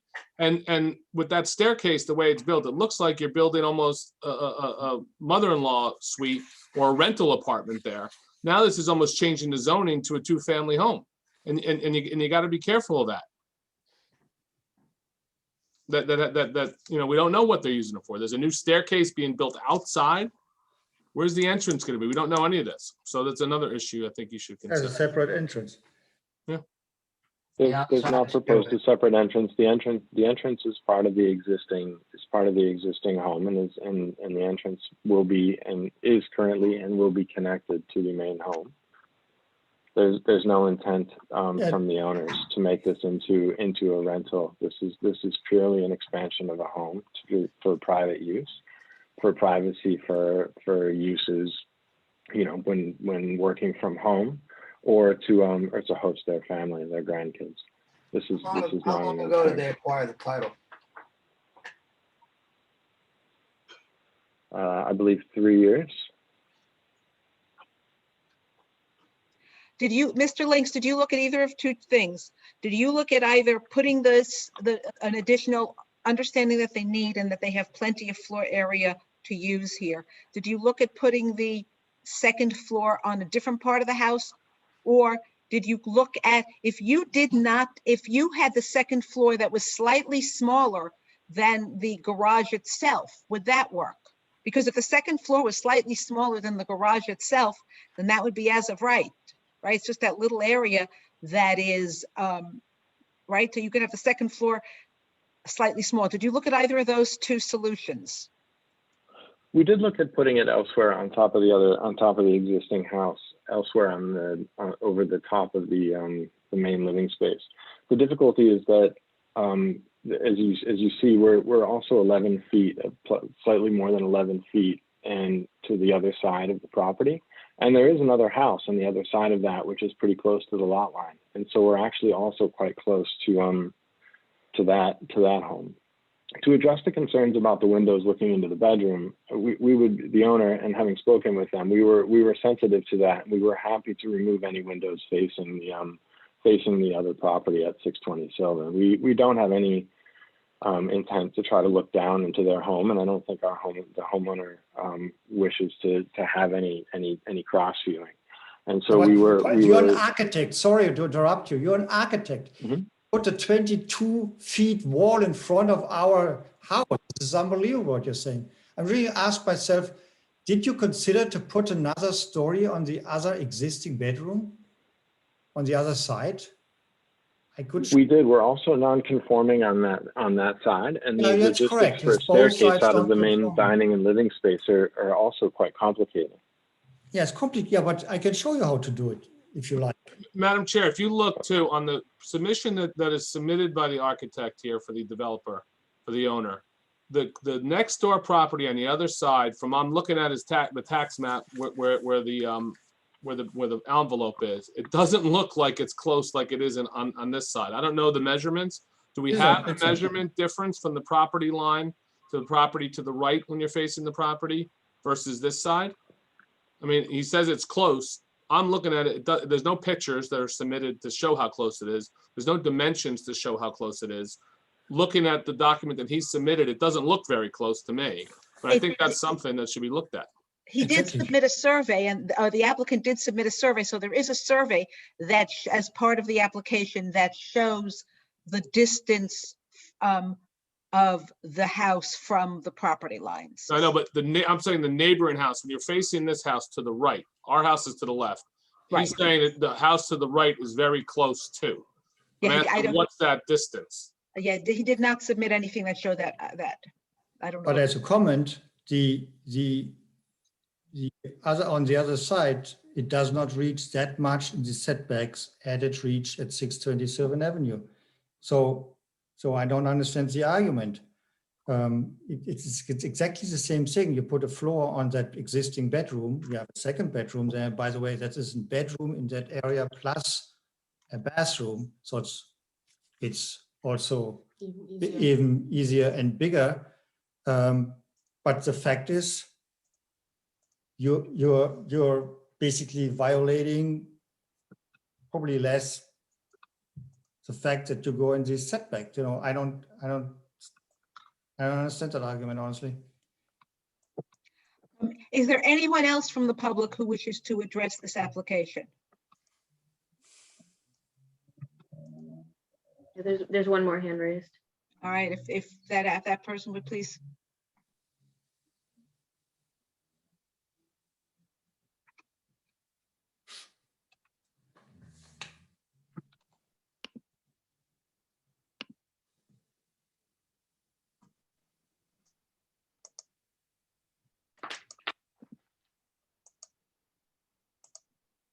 Simon, you're able Yes, to ask hi. your question. I just clicked on the hand. I'm sorry that the Lightners feel that way. I didn't anticipate that. But the reason I clicked was to clarify, we're in the house approximately 2 years. I know that Michael said we were. I'm sorry, Can you identify yourself, please? Simone Bagelman, the homeowner. Okay. Go ahead. Sorry, I just didn't know. So I just wanted to clarify that we're not in the house even 3 years, which Michael said. That was the reason I clicked on the hand at that point. Okay. Thank you. Is there anyone else, Amber or Ashley, out there? There's no other hands raised. And nothing in the chat box. Okay. Meg or Dave, anything else? No, I think though that probably we shouldn't have the board, the other members of the board involved in this. It seems a little controversial, so I don't think it should just be 3 people. Yeah. Just want to make the point that we have to distinguish between, they have, as of right, they can build up high and they can make the building as big as they're asking for. That's not what they're asking for. It's just the corner piece is what they're asking for. They could add this much square footage, but they would have to do this as of right, which they could do. All they have to do is make the second floor, whatever that triangle space, that's the non-conforming space. If they cut back that corner, then they would be able to do this as of right, correct? So. And it's unfortunate when neighbors aren't excited for their neighbor. Mr. Links, do you have anything you want to add at this point? I don't think we have anything further to add. I think, you know, we would prefer not to try to set this back and build it as of right. We together would like to try to come up with a solution, ideally that does not put the homeowner at odds with their neighbors. But I think, you know, we'd like to try to understand what, you know, whether lowering this slightly might make more sense, whether removing some windows might make this more amicable. But I think, you know, it seems structurally and from a convenience standpoint of going above the existing structure, it seems easier to go above the garage from our standpoint, and it seems like it's least impactful. You know, unfortunately, you know, not for the Lightners, but it seems you know, less impactful to build this way. So I don't have anything further to add than, you know, we're eager to hear the board's reaction, and if there are anyone else in the community that has any reactions.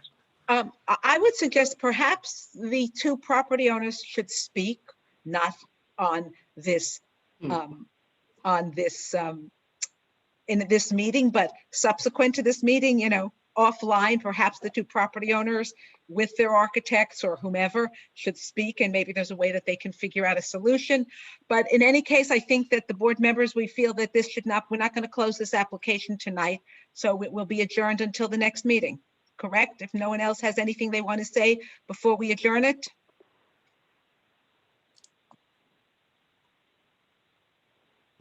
And no one from the public, just double checking.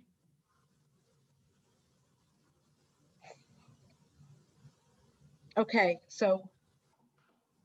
No one who wishes to speak. All right, then I guess this will be adjourned until the next meeting. Thank you. Thank you, everyone. Thank you, Madam Chair.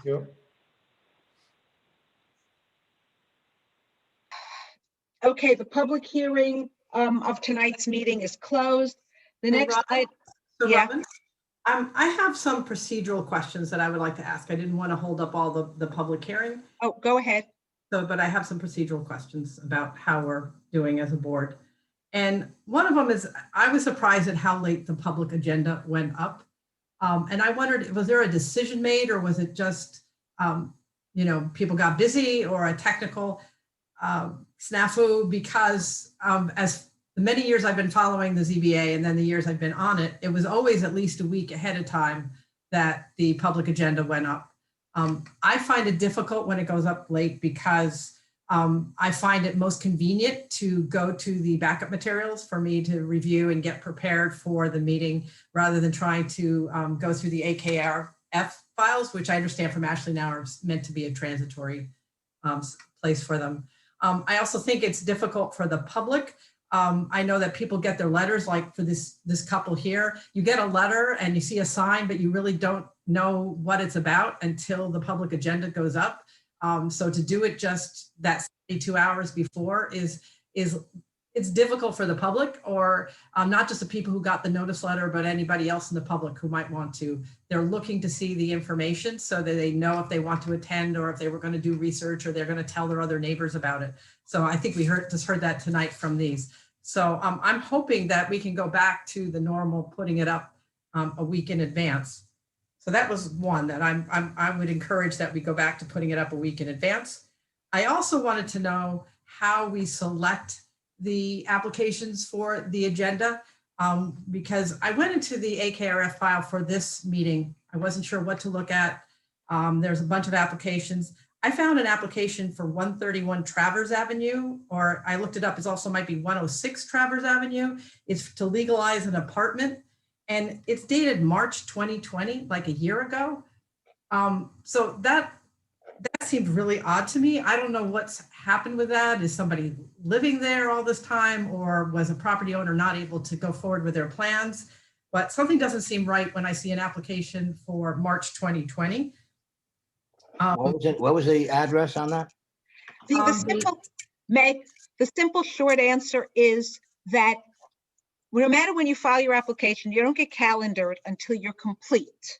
Whatever, so if it wasn't calendared, if it's not been calendared, and I didn't look, I know it was there, but I didn't look at it because if it's not deemed complete by the planners, then because it's missing something, whatever it's missing, if it's not complete, just as the application that we heard tonight, the sign variance shouldn't have been on the agenda regardless of when the application. No, so my point is, they're missing information, and sometimes we just know that they got a stop work order. They got a violation for doing work without a permit a year. It was like more than a year ago.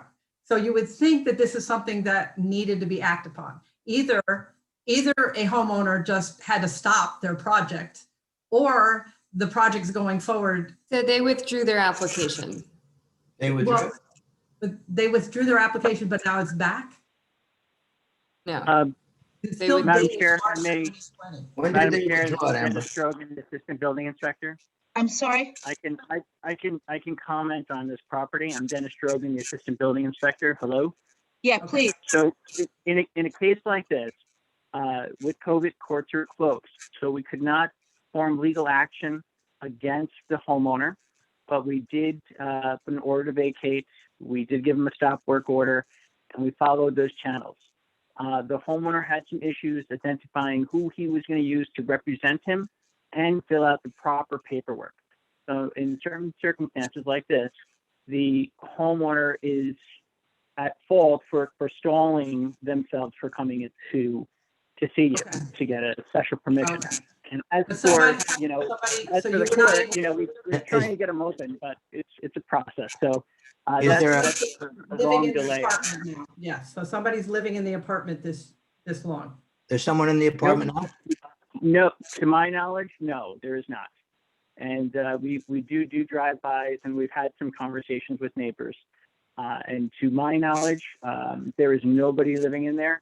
I have not had a conversation with our two code enforcers regarding this property in about 3 weeks. So as of then, there's been nobody doing business or living in that unit, we'll call it.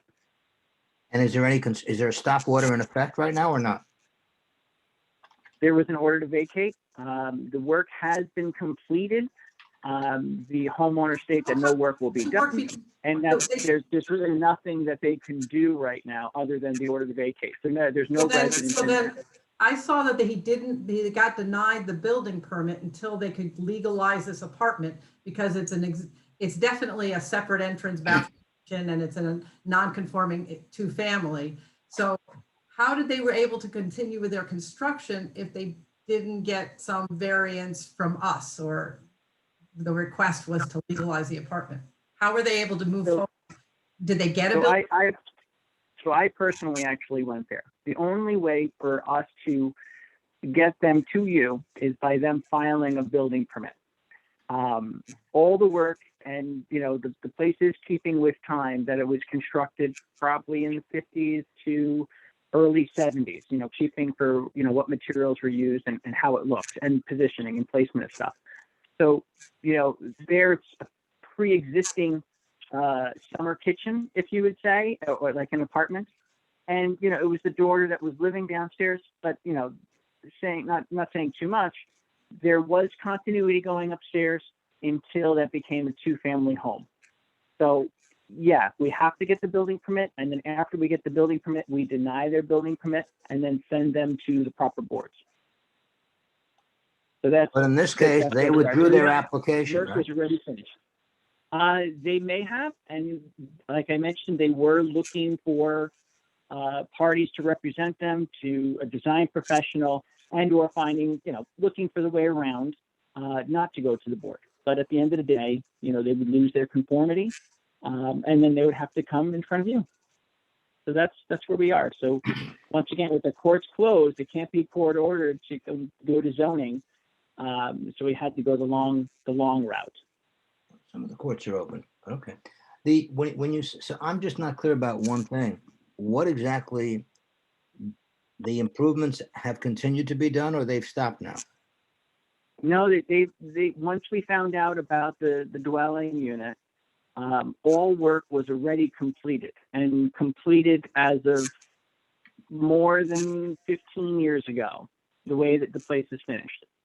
So it looks like the construction was done in the 50s to 70s. So they didn't do any work. They were just occupying the space. So if I understand this, just to sum it up, you discovered what you believe to be an illegal second or third apartment, and as a result, you issued the stop work order and the order to vacate, and they need to either go to court or, well, they need to come to the board in order to legalize or however they're going to resolve it, and they haven't filed all of the paperwork they needed because they were getting necessary consultants. Does that kind of sum up if I understand what you said? Absolutely right. Okay. And why was it back then into our AKRF file? Because I hadn't seen that before. That seemed to just pop in. Why? Did we know why it surfaced again? Amber? It was originally on the agenda, and I, although I removed it from the agenda on Novus, I failed to remove it from the AKRF folder. So then that brings me back again for something that has been outstanding for so long. How are we deciding what we're going to hear? That seems like something that's an To issue. repeat what I said before, they obviously are missing some pieces of the application. Or they're not. Or they're not. That's, I mean, I don't know. Robin, I was. I'm just Robin, you finding were- it curious that there's applications out there, and I'm not sure what the criteria is or who is making the decision about which That's right. ones we're hearing. So It's I would like fairly- to say, I would like for us to consider what kind of procedures or rules we would like as a board for handling these. If we want to do that, then let's schedule that to be discussed. But the rule as it has been, and this is the way it's been going for years. I mean, there's nothing that's changed now in terms of what happens. An application is submitted. Somebody submits an application. All they have to do is fill out a form and submit it. Just because they submit a piece of paper doesn't mean they get put on the agenda. Someone in the village determines that it is complete, and that has been true. Things like the survey, things like Who does plans. that? Who Wait, does wait, that? wait, Dave, let me Robin, finish. who does that? But who is that person? Tanner, Amber does it. Amber Okay, so does it. then that brings me back. Okay, thank you. That brings me back to my third thing. We have a lot of issues with some things on the agenda. So I think we can do better. I think that we need to think about, I'm the secretary of the board. I'm happy to review applications and look for things like inconsistency, weakness, ambiguity, because we've got to do better. This is, and Yeah, wait. Just, and I'm a secretary. I can, if you show me all the things that have been submitted, then I can go, I think as the board, we can decide what it is we want to hear, or this is the list. It basically should be chronological, but I have to say that it's broken right now, and we should think about how we can do better. I agree with you, and there was supposed to be things done which haven't happened. The only thing we can do, and the other way to do this is the day after the submittals are due, and we can change that date. I mean, that's not statutory. We can make submittals have to be in whatever date we want to. The only way to really do it is for the board members to have a meeting is for the board members to have a work session to consider all of the submittals and decide what we want to put on the Well- agenda. I am not comfortable with having ever one board member go through it and decide what he or she thinks is best. So I think all the board members need, either we leave it to what should be the professional staff, and that's how it's been in the past, and that's how it's been in the past. Well, finish, Dave, and then Yeah. you can speak. I'm sorry. We either continue to let the professional staff do it, and if we're not satisfied with the professional staff, and I agree, there was a huge mess up this month for a couple things. I mean, council didn't review it. Council didn't consider whether or not this was appropriate, didn't indicate whether there were issues. We had a lot of things that happened that we didn't get in time and didn't get done. So we either continue to have professional staff, perhaps making sure it gets happened better, or we have, we fix the date, we have submittals for a meeting due earlier than now. And if that means they have to submit for the following meeting, then we have it for the following meeting. In other words, if they have to submit within 7 days so that we can have a meeting, you know, if we have to make it earlier that they submit, and then we have a working session, whichever of the board members want to attend the working session can come to the working session, at which point all of the materials are discussed among the board members and we decide what should be on the agenda. That to me would be the best solution, actually, if we want to do that. Dave, you had something to say. Yeah, well, I guess I'm just thinking back, but I would say for about 12 years when I chaired and about 5 years when Barry chaired, so it was 17 years in there, I think. But it was done differently. It was always done with, as chair, I would always go over everything to make sure all of the things were there. We had a form letter if it didn't. And that was a task that was to the chair. And I know when Barry was chair, it was the same thing. And he would generally speak to council once, as did I when I was chair, and you'd go over just saying, these are the agendas, these are the missing items, or these aren't. I don't think it's necessary for a board to meet to decide if an application is complete. It should be, it can be poorly done or well done. It's not going to make a difference. But I think I don't think a meeting is necessary for that. But Fine. So if I you have would one like- last question, if I could, for the assistant building who was just speaking on something, and I'm sorry because you guys changed the conversation, but I had one follow-up. He said there was an order to vacate the house. That used bedroom, that area of the basement. My question to you is, when was that order issued, please? I don't recall. It was months ago. I don't remember the exact date. Well, when you say months ago, was it like with this year, 2021? No, it was last year. Okay. It was during when it was found. It was issued days after. It was found in And I'm saying days December at the time, but it could be 2019. less. Excuse me? The violation was December 2019. So that's when it was issued.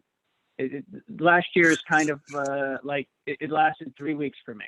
All of 2020 seems like it was just like every other This was day. before, this was before COVID. So this is not because of COVID that there was, this is before. Correct. So yes, it was before. I didn't remember if it was in the beginning, but either way, the code enforcer went out. We papered the doors. We made the homeowner aware. During COVID, actually, I went over to that property personally when they were trimming back some trees, and halted them for cutting the trees down. So that's probably where I'm getting the time crossed. But either way, yeah, it was papered days after, if not the next day, after the initial visit. Dave, I have a question for you back from when you were on the board, if you recall, when you were chair, if you recall, and I don't know that you do. What's the question? Tell me. Yeah, I'm going to. Well, it's a timing question. I mean, when Betty Ann was there, yes, I did look at but I had time. Things were gotten in sooner and I had time to review them before they had to go to the public. I didn't get them the last day. What's been happening is the documents coming in online, you know, the last day, and then I don't have a chance to review anything. And my question for you is, do you remember how much time you had? I don't remember the number of days. I don't remember the number of days. I only remember one thing, and that is it was pretty strict, because usually it was because they had failed to attach something like a consent of the landlord. And I guess it Right. was early enough so it could still be put back on. Because one day I got to my office in New York and the couple who was trying to open the Provence were there. And they would like, had all their plans and everything and ended up putting them on the agenda. It's funny because that was a long time ago. But yeah, usually it was done in enough time so that it could be corrected. And it was a form letter, and I would sometimes say to somebody, if it was too late, I'd say, well, then it's just gonna get adjourned because we can't hear it. Because otherwise you start, everything becomes a quibble and a negotiation, so. There seems to be a timing problem of Yeah. these days. So my much time do they suggestion have would to be, get- let me ask my suggestion. My suggestion is, there's no reason that they had that, 2 weeks before the meeting. I mean, you know, if the deadline for getting something in is the 15th, that's really 2 weeks before the next meeting. That doesn't seem enough time, since it has to be the agenda has to be published 10 days before in the, so I would like to, board members, and there's no reason we can't require that applications have to be in 3 weeks before the next meeting. Or you could put in that if someone files 3 weeks before and there are deficiencies, they'll be notified to how to correct them. But if Yeah, they- understood. But 2 But weeks they have to before, be they in- can just, they're going on, they're not going forward. Right, but it has to be, but my point is, I'd like to make it 3 weeks so that there's enough time to do all this, because there's been some confusion. The problem here is we don't seem to have enough time for whatever reason. And I don't disagree with you that it's been a problem. So I think that will solve it. Good. Is there a minimum time period that they have to be filed and noticed by? Yes, they have, right now, the deadline is 15 days before the meeting. Is that what it is? No, I'm talking about state law. Yeah, there's a 10-day notice requirement, but it has to be put in the newspaper. It has to be published in the newspaper at least. Charlie, could you please review what that is? It has to be published in the newspaper 5 days before the meeting. So that means it actually has to be published in the newspaper. So the newspaper might require you to submit it a number of days before the publication date. And are we publishing this in the newspaper now?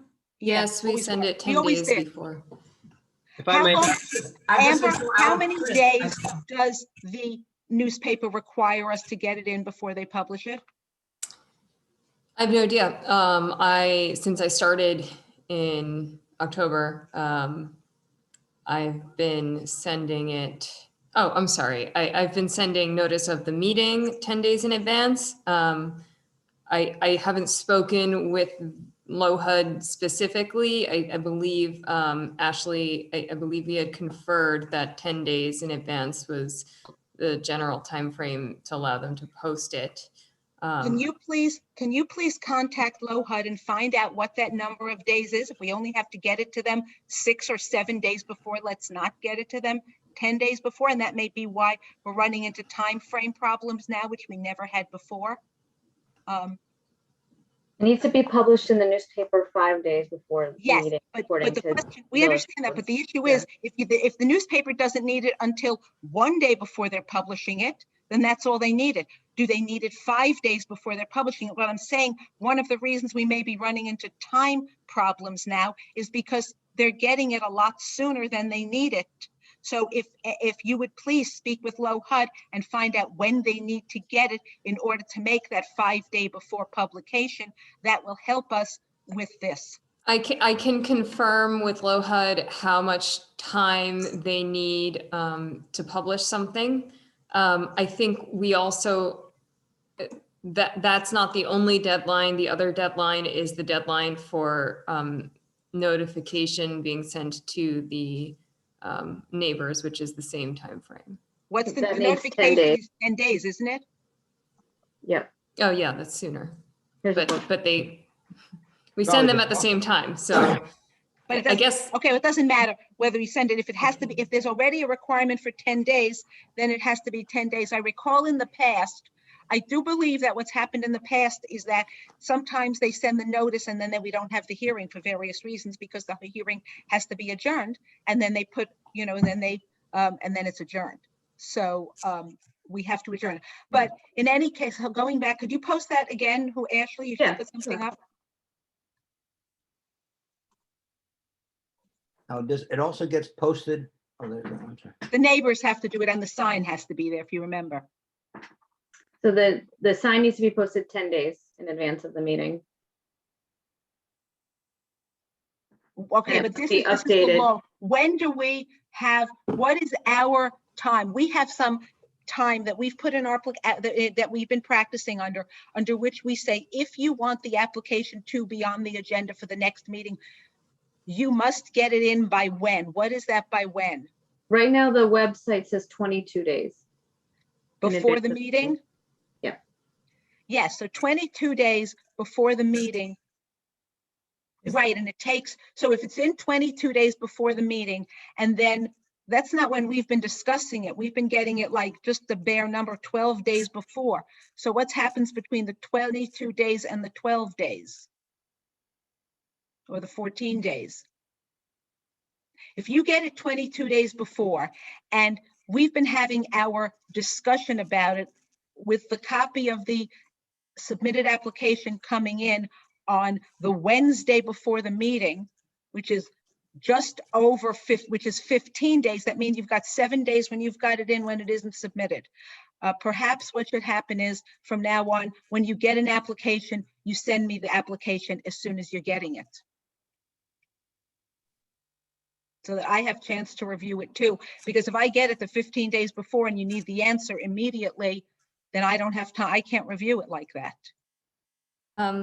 How many applications are outstanding? Are you waiting to see what you think will collect as an agenda? Or can you send everything? I don't want to, if it's 30, then forget it, but all to Robin. And so then she can see which ones are complete.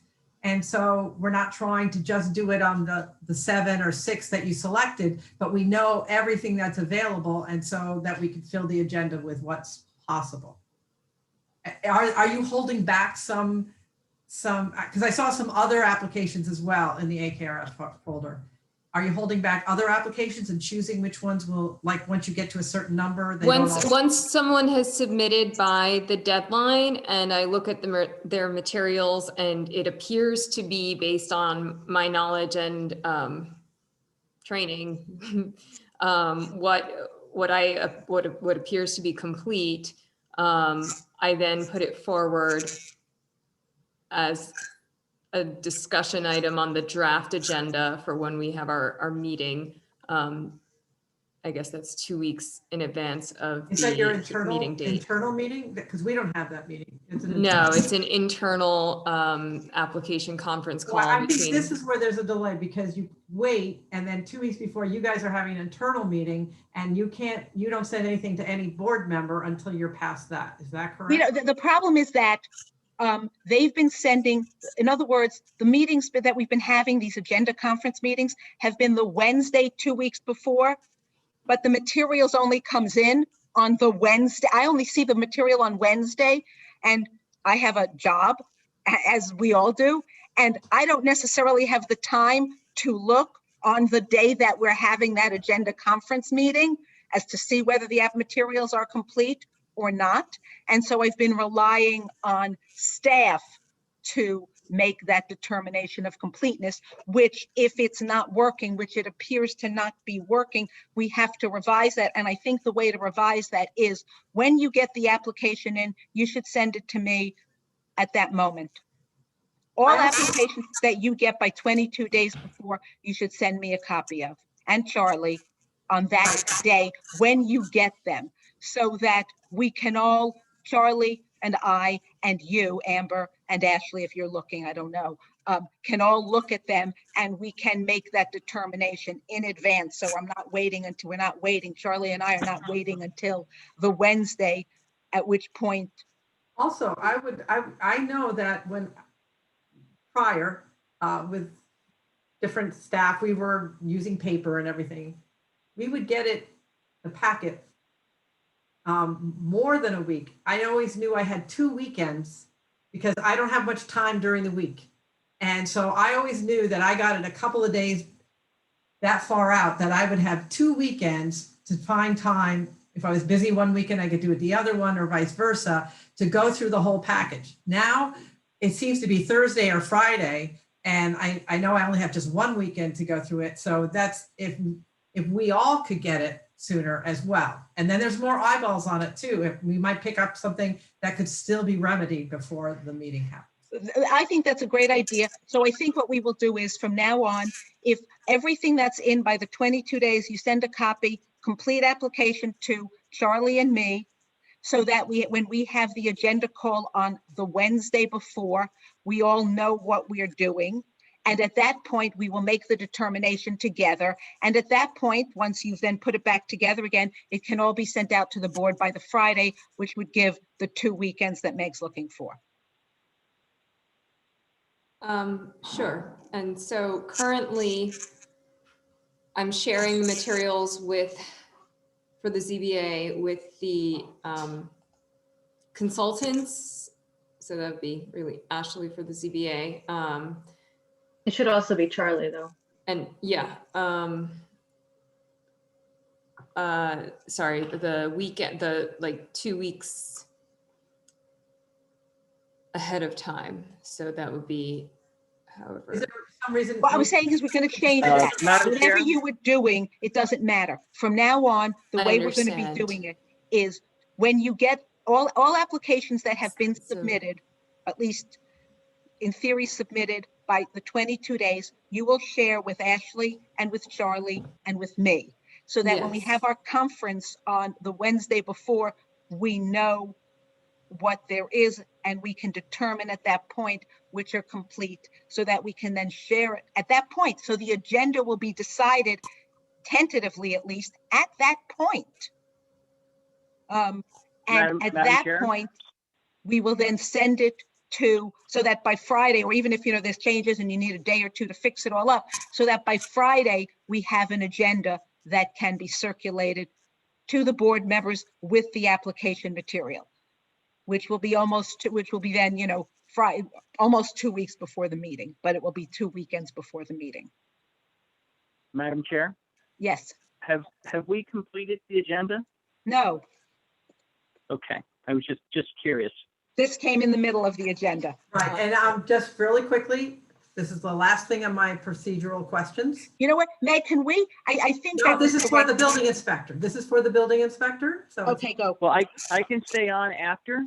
No, I'm gonna ask it right now. Continue I'm gonna ask process. it right Okay. now. It's only gonna take a few minutes. Excuse me. I'm just gonna proceed forward. There are 2 food establishments that have posted signs that they're coming to the village. They're opening soon, and we don't have special permit applications for them. One of them is, I think, a bagel place going into the Old Shore Acres deli space. The other one seems, it looks like something's going into Lum Yen, something about seafood. And I wondered if we are going to see special permit applications for those. I wonder why they look like it's coming very soon and we have not seen it at the ZBA. Let me go back and check my notes and I can answer after the meeting. Thank you. Okay, let's go back to the calendar, and anything else that you want to take up, we'll take up later after the calendar, since people are here to discuss what's on the maybe here to hear the calendar. So the next application before us is 1 SP 2021 for consideration of chopped salads. So they now have an application for a restaurant with car service, which is now their application as has been revised. So what do we think about that application? Dave, Meg? Have a new application now? No, this was the application that was left after they amended it at the last meeting. Remember, they submitted a letter that some of us saw before the meeting, some of us didn't, because of the way that it was, some of us didn't see it before the meeting, but they explained at the meeting that they had made a new application, which was for a restaurant with car service. They were no longer applying for or seeking an interpretation. They just needed a special permit. It's exactly what so it's what they said at the last meeting. Well, we closed the hearing last time, so don't they have to, so there has to be a new hearing held, right? They've got to know. No, we had this at the meeting. I mean, I'm not sure we ever opened the hearing, but all of you thought we did. They were there at least 2 different occasions. The applicant. Yes, but the hearing on what was they open that I ended was up, at. The hearing that I was Dave? at, it was open, was closed. Dave, at the hearing, Yeah. they had changed when they spoke at that hearing, they had changed their application from what they had originally presented to a different application, which was a restaurant with car service. And that is what they said at the last meeting was their application. So that was the application that I didn't think we'd ever open the public hearing on, but the rest of the board thought we had, and that public hearing was closed. So we So closed. you're saying that the application that they amended to was the subject of the hearing, which is now closed? Correct. I don't remember it that way, but maybe me. It also, the agenda notice never changed. It doesn't mention car service either last month or. Correct. There was no written application for a special permit. They wrote it, they submitted a letter. They'd originally submitted an application for us. I don't know, you all wanted to close it. I didn't think it was all done, did, but 'cause you all I- wanted to close the public hearing. So I'm not sure what you want to do now, but Well, what I thought, maybe I asked counsel, but I thought that if we didn't have an application that was the subject of a public notice and was not available for the public, and we conducted a hearing, it doesn't flow in my logic that hearing was heard and closed. The hearing that was the only hearing open that I knew of was the hearing on the application. I never saw the other one. They kept talking about they might do this, they might do that, they might do this. So my feeling is I closed it because my feeling was, and I think I actually moved to close it, was I said, listen, let them do what they're going to do, but let's get this off the plate. There's no grounds for an interpretation, and that's it. They want to apply for the other. I would think in order to get a special permit, as I read the code, you have to file an application, a written application with these items in it. And so they want that now. Do they want a variance? Do they don't want a variance? I don't know what they want. I mean, they came in, I feel like we're doing their work and it's bothering me. I just don't, that's what you said. Yeah, I said that before because I felt it before. They had an application that they made and it became an advisory issue to what should we do? And I'm not there to answer that. I don't think that's appropriate. I think it puts us in an ethical bind. My feeling is I thought the hearing was on an interpretation issue. And I remember I raised the point that under, I guess it's the Tall Trees case, there was no ambiguity. And stop quibbling, there was no ambiguity. We have no jurisdiction to make an interpretation when there's not an ambiguity. Understood. Right, and then I said, but I never saw an application for a car service. I never saw that, the size of the lots, et cetera. I thought it was a moving The target. original application was for the interpretation regarding the window and a special permit for the food establishment. And we did talk a lot about parking and delivery of food operations. So we could decide on we could deliberate on the interpretation and on the food establishment. What's on the food establishment is what? The special permit on that? Yeah. Sorry, they submitted wait, so let's go through this. At the last meeting, they submitted a letter which was titled, the current application seeks to operate a restaurant and provided this letter with plans and everything else for that for their new application, which they did submit before the last meeting. And which again, some of us saw, I hadn't seen before the last meeting. I pointed that out, but I hadn't seen it. And so that was what they presented at the meeting. So that was what they said. The first thing they said is they are no longer there to hear the interpretation, but they are there to hear. No, I did not hear that. They said, they started out the argument at the beginning, if you want to give us a window, and the owner actually had a lot to say about the window. So, and then by the end, I went back and listened to the video. Does it mean you're still listening for the window? And it was very ambiguous. Well, we'll do whatever you say if you can't give us a window, but they never said for sure we're not asking for the interpretation. Plus, there was no notice to anybody. There was no notice to the public. I don't think we ever had a public hearing on the restaurant with Really did. They showed us pictures. They showed us a traffic study, which we discussed. They showed us the site plan. They talked about how many spaces there would be, how many staff members there would be. They talked about hours, all the things, all of the elements that you would talk about for a special permit were discussed. But what I want to point out is that I believe what happened was their council, Mr. Spat, sent in the letter with a new site plan, and it was placed inside the AKRF folder that we sometimes go to, but we were not alerted to the fact that something had been put there. So then when we got to the meeting, we were surprised, and it had been there, but it had not been sent personally to us or told to us. And the problem was, which I pointed out, it was not part of the public backup materials. The agenda had not changed, and the new site plan and the new request for was never made public. And again, tonight, we just made it public a few hours ago. We didn't make it public 72 hours ago for this one. So there's a problem there too, because the public has never had a chance to look at this. Agreed, but I'm not sure what we closed a public hearing on, since in fact, they'd already said that they were amending it. So which is why I didn't want to close the public hearing, because I didn't think we'd actually had the public hearing, but it doesn't matter. We closed a public hearing on something. I'm not sure on what. Charlie, what do you think? Do you have any thoughts on this? 1 second before we go on. You could not have closed nor opened a public hearing on that which there was no public notice on. That's a non sequitur. So it was their original application. Right. And that's why I raised the question, I believe, at the meeting. I don't know if you listened to it, Meg.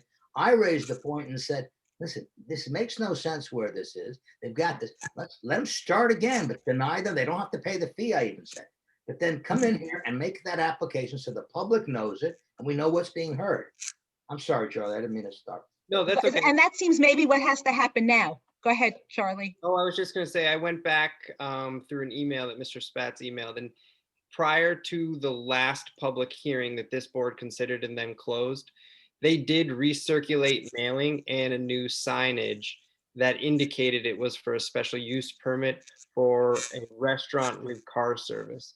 Because if you recall, at the February meeting, the question came up, Mr. Spatz asked, is it one special use permit or is it two special use permits? One for a restaurant and one for a restaurant with car service. And this board had decided that it was one special use permit. No, I'm sorry, I disagree, Charlie, that we never actually took a vote and really discussed that in detail, whether it was one or two. I know that has been what Mr. Spatz decided and what maybe you decided, but I never had, nobody asked me my opinion on that. No, I certainly didn't decide it. No, I did not decide that. I'm not sure what it was that we did or Secondly, didn't a decide. second It's always the special same as we have when we give a special permit, right? The question is what they need a special permit for. If they need a special permit for a restaurant, then they need a special permit for a restaurant. If they need a special permit for a car service, then they need a special permit for a car service. If they only need a special permit for a car service, then they only need, so they need what the code says they need. We don't have to decide if they need it, whatever the code says. So if they need a special permit for a restaurant, they need a special permit for a restaurant. That's in the code. We don't decide they need it or they don't need it. I'm sorry, I'm not sure what it is that we would be deciding about that. If the code requires a special permit for a restaurant in this district, then they need a special permit for a restaurant in this district. It's whether or not you could just tack on car service when you're applying for the special permit for restaurant. That was some discussion, but I am of the belief that there was no way you would distinguish inside the description that you need a special permit. If it was just something that's available to you that you can request when you're going for your special permit, you would not have delineated car service by special permit. So in my mind, it needs a second special permit. It's not wrapped up into the one for the restaurant. What have we done? There are other things that you need with just to be consistent. There are just going through it. There are other things. I'm just looking for the other things that you need and I don't recall ever having a special permit for a car service before, but just looking at the code, I'm looking to see what other things there are that a restaurant or somebody else might have. So let's see, they need, just looking, that's the best way to do it. Is there something there that we've, yeah, and then wasn't there also a question, Robin, on if they wanted a variance No, they gave that up. They gave that up early on. They didn't want the variance because that would be a use variance and they never actually applied for that. I don't know quite. Never I don't have. applied for it, but that place has been empty long enough. But I have another question. Maybe Charlie, you can, well, someone's looking at something. The issue that comes up often between a use and an area variance, I guess, is often an odd one. And the use here is a restaurant. So isn't it arguable that the window and non-window is more dimensional and more akin to a dimensional issue? Like an area variance, because it's not changing the use. It's just similar to car service. The car service is not changing the use of the restaurant, but No, it actually, the problem here is the way our code defines it is that it's in permitted uses. It's under the use provision, and that's the reason it came up as possibly a use variance. It's that a permitted use is, under permitted uses is no, this thing is under permitted uses, which is why arguably it's a use variance, not an error. But it doesn't matter if they don't need it, they don't need it.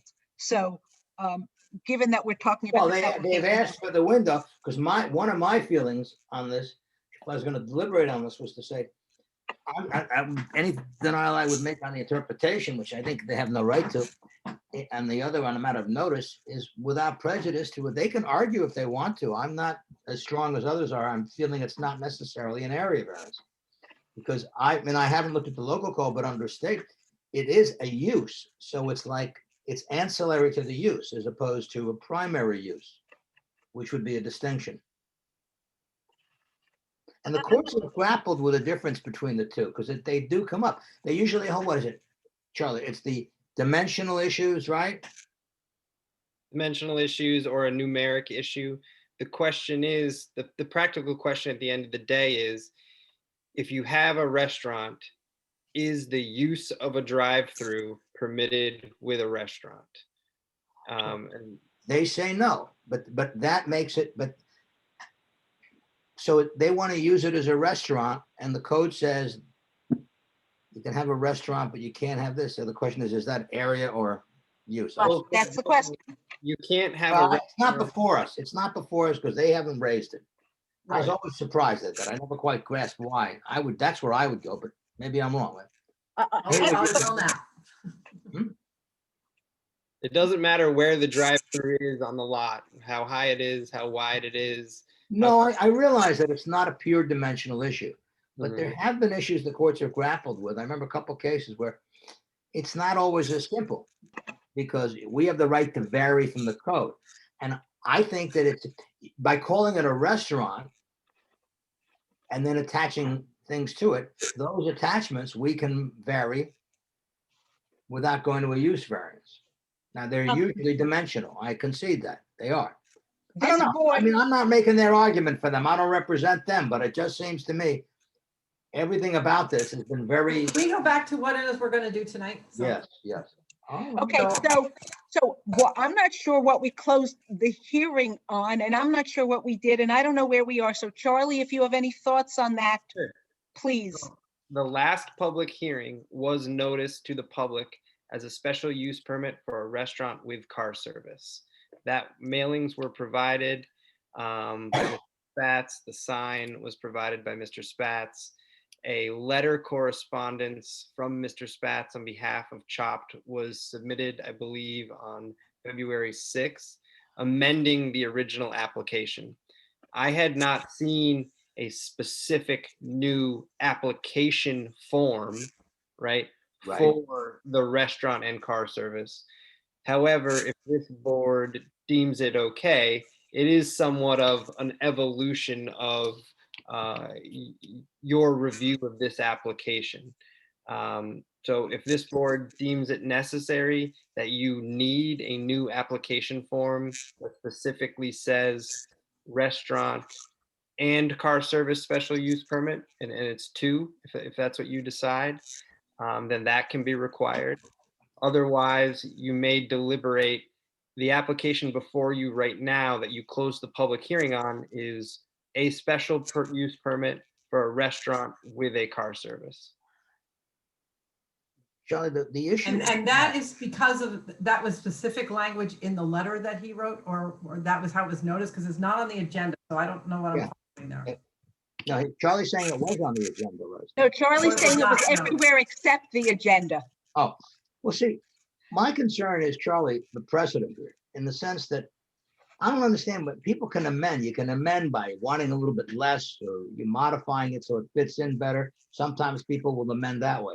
But to amend, to create a new special permit, which expressly requires a notice in an application, where those papers that support that weren't even available to the public, let alone to some of the board members. That's pretty weird to build on that. And I worry that, am I worried about this? Not this particular location, but I'm worried that like someone gets notice what the hearing is about. They look at the papers, they read it, and they say, oh, they want to do X, Y, and Z. And they say, you know what? That's fine. I'm not going to go to the meeting. I think that's great.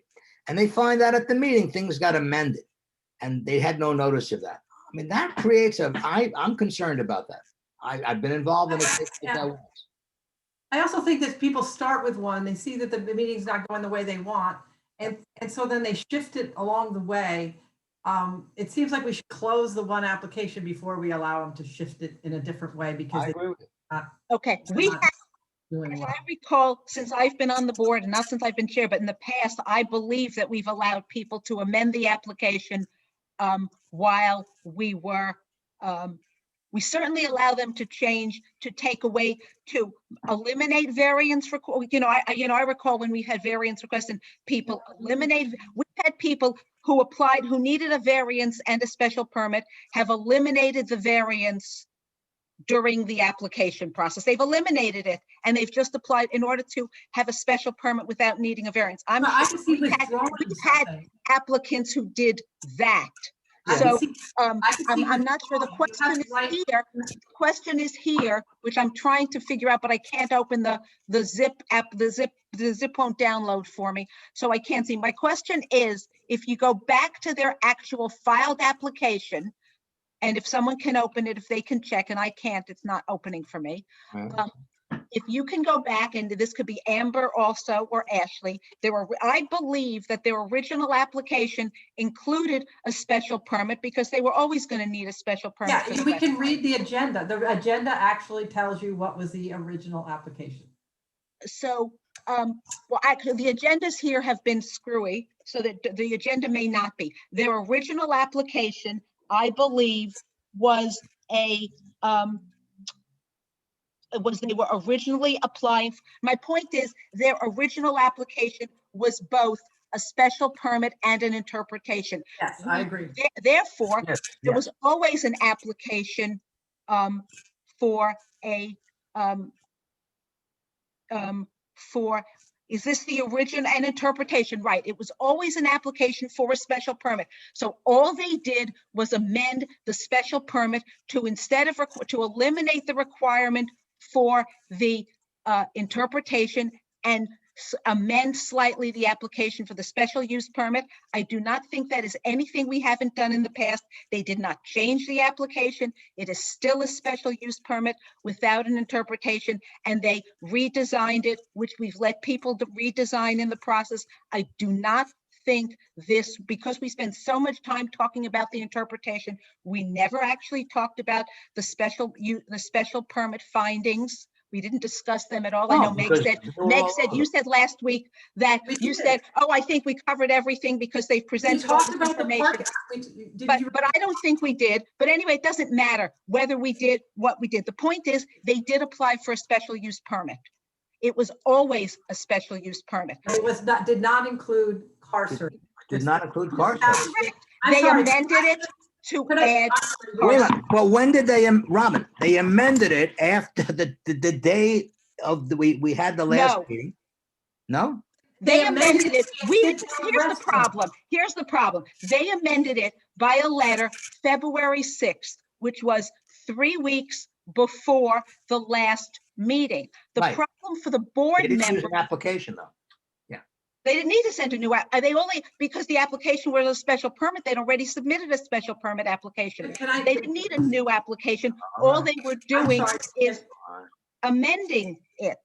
The Then- original application was for a special permit for a food establishment, which we saw a body of the argument that it wasn't fast food, it wasn't this, it wasn't that, it was something. And that they amended to was they were going to change their business model, and now they were asking for the specific dine-in restaurant. So they switched it from a broad special permit for food establishment, which we considered the first week, Right. to something that they could say, oh, now we didn't think originally it aligned with ordering and eating at the dinner table, but now we're changing our special permit to be for a sit-down restaurant. So they did amend what they were asking for in terms of special permit and food establishments. Yeah, I'm looking at And the. they did agenda that for as a last meeting. result because they figured out car service would work. That's what I'm saying, that they were amending it when it didn't go well for them with the interpretation, and they Well, read the but you know code, what? and they decided they could get car service. Yeah, but Chair, just one thing, I'm looking at the agenda description, and it's interesting. It says they want an interpretation as to whether a use variance is required. And they say, if it's determined the use variance is not required, then they want a use permit for a restaurant, okay? However, should the board determine that use variance is required, the seeking of a use variance would be an unlisted action. And they wanted us to decide whether, which permit, what it required according to that. But that's not what I remember they actually presented.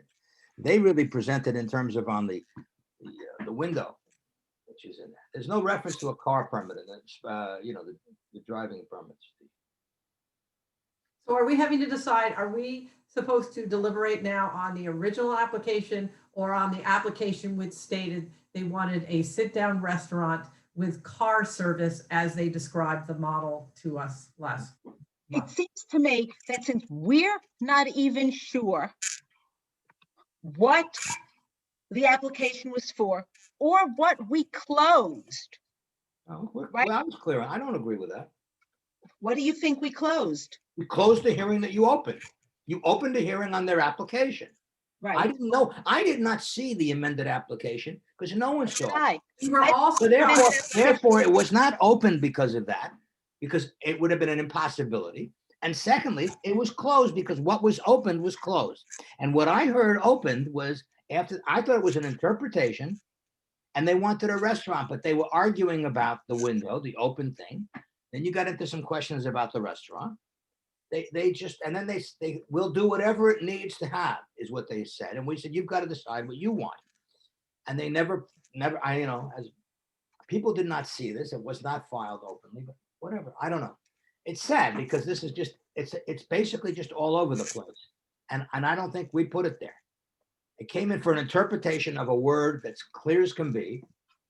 And we don't have, to me, decide the interpretation, but now that I'm reading this, the interpretation isn't even over the window. The interpretation is over what kind of a variance they need. And I don't think we give legal advice. Okay, That's not what it was. the application came in for two things, a special permit and an interpretation. And that's What's what the interpretation I wanted? Robin, what was the interpretation? Well, that's my question. I thought the interpretation was whether or not the thing that they wanted to put was a whether it was a drive. That's what I kind of heard. Yeah, whether kind it of was a window drive-through. was. I thought it was what kind of window it was. Right, that's my recollection, but I'm reading something different. Seeks an interpretation of whether a use variance is required to retain the existing bank drive. Because a drive-through is not permitted, so they were seeking an interpretation of whether or not it would be considered a drive-through or not a drive-through. No, that's not what this says, and that's what I'm reading. I don't have the application in front of me at this moment. Yeah, we can't open it, so. Does anyone have it? Oh, why can't we? This description that's in the agenda is the original description. It doesn't look like it's been updated for this meeting. For which meeting? For the meeting?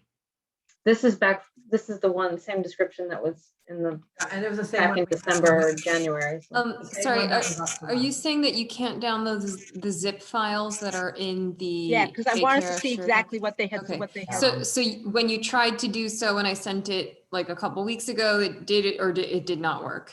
I don't remember a couple weeks ago. Today it wasn't Okay. working. Okay. I did see the application at some point, so I was able to open something, but today I Okay. can't They open. are also posted on Novus. Okay. So, the application was for, according to that, a restaurant. So the difference is that they've added the car service. The car service was not in the original application. It was always a restaurant. It says so right here. And what they're adding is the car service. So I'm not sure that this is a completely different application. It seems to me this is consistent with other ways that we have allowed applications to be modified during the process. If you think that we didn't, in fact, that we couldn't allow for that modification during the process, then I think we just need to tell them that they have to file a new application. If, however, you think, as I do, that we can allow that is consistent with things we've allowed, because they always applied for a special permit for a restaurant, it's always been there, then we have to decide something. I have their application open. I have it too. I'll share the screen. Yeah, the page. This is the letter where it Not explains. the letter. We're not looking for the letter. We're looking No, for the original application from I have that. December. Yeah, revised 10/13/17. Okay, what it says is it's for a special permit and for an appeal or interpretation. And we could find what it is.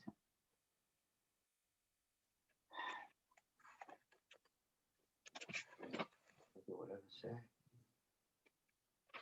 And then gobble a lot of papers.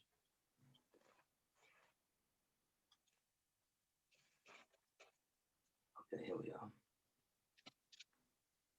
You want me to email this to somebody? Anybody want?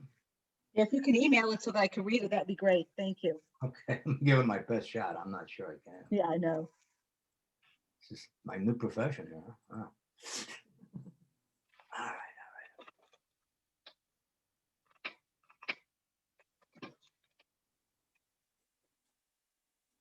Oh, I should be able to do this because it's. So you're just looking for the application form? I can share. Yeah, I have that it. open. Yeah, when they originally submitted it. Yeah, Can I share it from? No, I can't. here it is. This is the original form. Yeah, there you go. That's it. Go down. Yeah, December. that's it. You got it. I got it. Thank you. Yes. Can you keep going down? Yep, still scrolling. Special Oh, permit. Yeah, see, that's what I'm saying. They always applied for the special permit and it was for a restaurant. Yeah, special permit. There you go.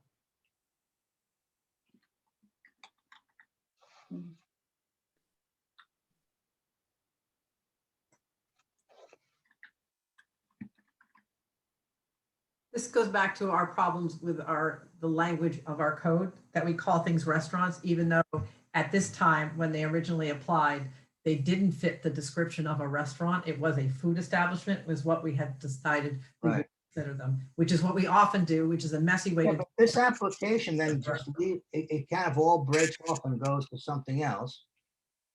I'm just trying to get past it. Here we go. Here you go. Here we go. No, these are prior resolutions. Go down, scroll down. This is about FOIL. Go down. So it's a special permit. They've said it's a special permit. And this is, the rest of this is just the parcel history. Where's the substance of the special permit application? There's this That's discussion here we of go. Here we go. language. Here we go. I got it. If you take a look down, go to 11. They then go back to the form. It's after the FOIL thing. Okay. The That's next what we're looking for. page 10 on the bottom. So let's see. Where are you? I'm sorry. Hey, what page of the Yeah, PDF? yeah. Go are you- down. We're 51. Yeah, they put in everything in the middle and then they go back to the application. Okay, here we go. You got it There's there? freedom of information. Yeah, it's after that. And then you go down to basically 55 is where it starts. Applicant seeks a special permit and zoning interpretation to operate a fast casual dining establishment. Oh, there you go. You have it there. Yeah. Oh, good. Okay. Hey, we came up at the same time. This is where they were skirting the fact that they weren't a sit-down restaurant because they didn't have any table service. And that's, But the application always said, if you look at the agenda, it said a restaurant, so it was a I know little. that, and as I said before, that's because we have a tendency to always call every food establishment a restaurant because we don't have the proper definitions in our code. Correct, In but the they did, conversation- excuse me, in the conversation we had, I made the point that you're not a sit-down restaurant, but we have given special permits to entities such as yourself, so that it is some sort of general establishment. That's where I was going with it. I never called it a restaurant, but I realize our form, you tick off and they say restaurant on the agenda, it gets to be restaurant. We have a problem with that because we're messing with our language in the code. agreed, you're right, but the Take a bottom look at line, the next page. You have it on page 56 then, right? Oh, you're getting there, right? Okay. I can scroll down. Yeah. So it goes down to delivery. There we go. This is the page. There's your interior pickup. right, this is all about the description of the way they were operating.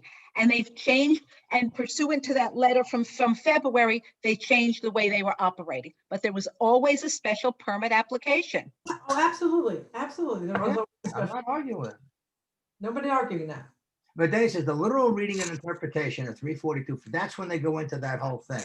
Right, So they're giving up on that. They don't want that. They don't want to correct, adjust that. correct. That's a shame. I mean, I think they should. But, all right. Now on delivery, you can't have a driver go to pick up at a restaurant in a public municipality unless there's a permit for it? No, I think they're just describing their operation here. They weren't No, asking. but give me, They're not saying, can I have inside dining or anything? no, but the permit requirement, Robin, for the,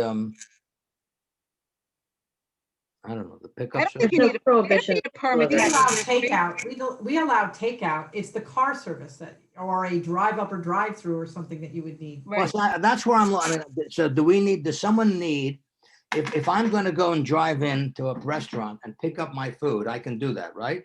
I won't Yes. be arrested. I'll be a Yes. safe, all right. If I say I can't do it, but Robin, can you do it for me? I assume, Robin, you can do it without getting arrested as well. yes, But my question But is, if you sit what in if the I call car, up, what if I call up a car service to have them do it? yes, they do That's it. fine. They just, Uber Eats. they can't pull right up to the window and get it. Well, if the window's Yeah, not you gonna don't be deliver it. operational, it would be a very, very sad thing to walk up to, right? It's They this. don't, you would have to remain in the car. And that's the part, is if you remain in the car and somebody comes out to deliver you your food in the parking lot to you. then it becomes car service. So if the restaurant comes out to give it to the car, it's car service. What if the restaurant delivers it to my house like they do? That's fine. I Takeout. have to give them, maybe I have to give them a permit then, because I don't follow that logic. I'm sorry, I'm lost on that one. A lot of, They a can- lot of they can regulation. Go out and drive 10 miles, but they can't walk out the door. All right, listen. It's, All right, never mind. I don't want an explanation of that. I might code is, understand it. as Meg has said, as we've said, is our code is lacking. Well, I don't know the code. but Specificity. the thought process. Specificity, yeah. The delivery orders have been delivered, the drivers are made to pick up. All right. So Robin, what you're saying is that we consider this as a restaurant, I guess, and then I hear you.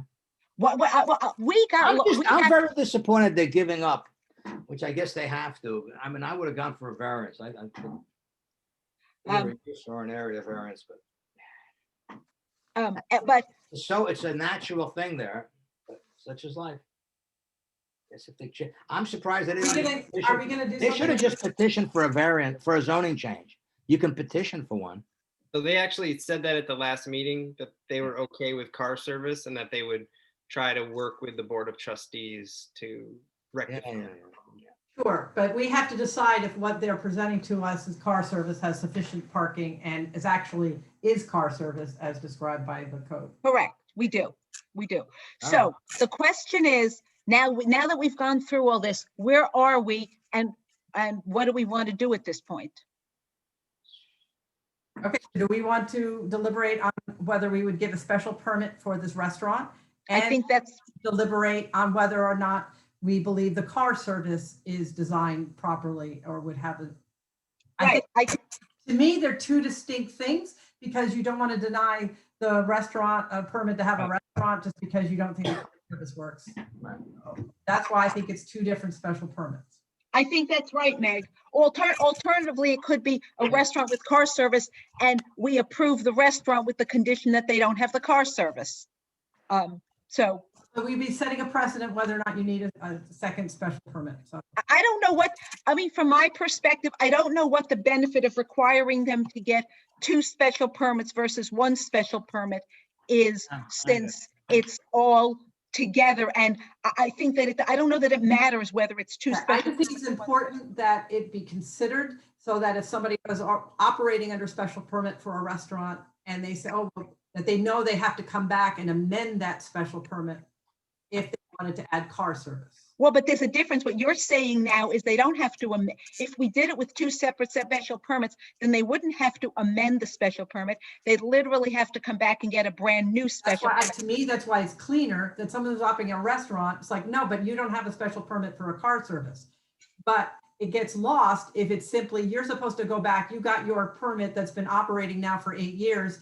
No, you can't have car service. You're gonna have to go back and get that old special permit amended.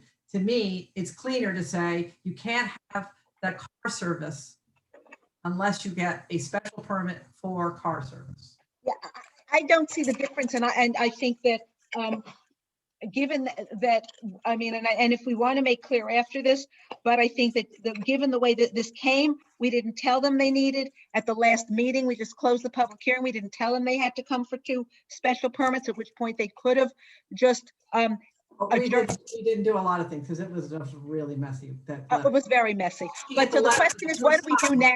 Really, the question is, what do we do now? I mean, that's really where we are. So, Okay, so if we're going to talk about this, whether or not we would give a special permit to it as a restaurant, I look at the special permit, what the requirements that need to be satisfied. And one of them is all other necessary approvals have been met. And I would say that all necessary approvals have not been met. Because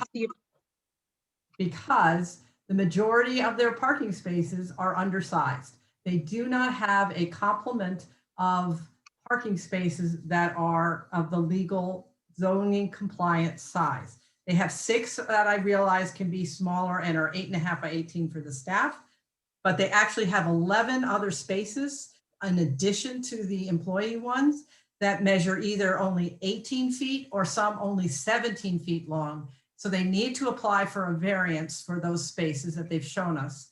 Otherwise, it's not zoning compliant. So I could not give a special permit because they don't have enough parking spaces.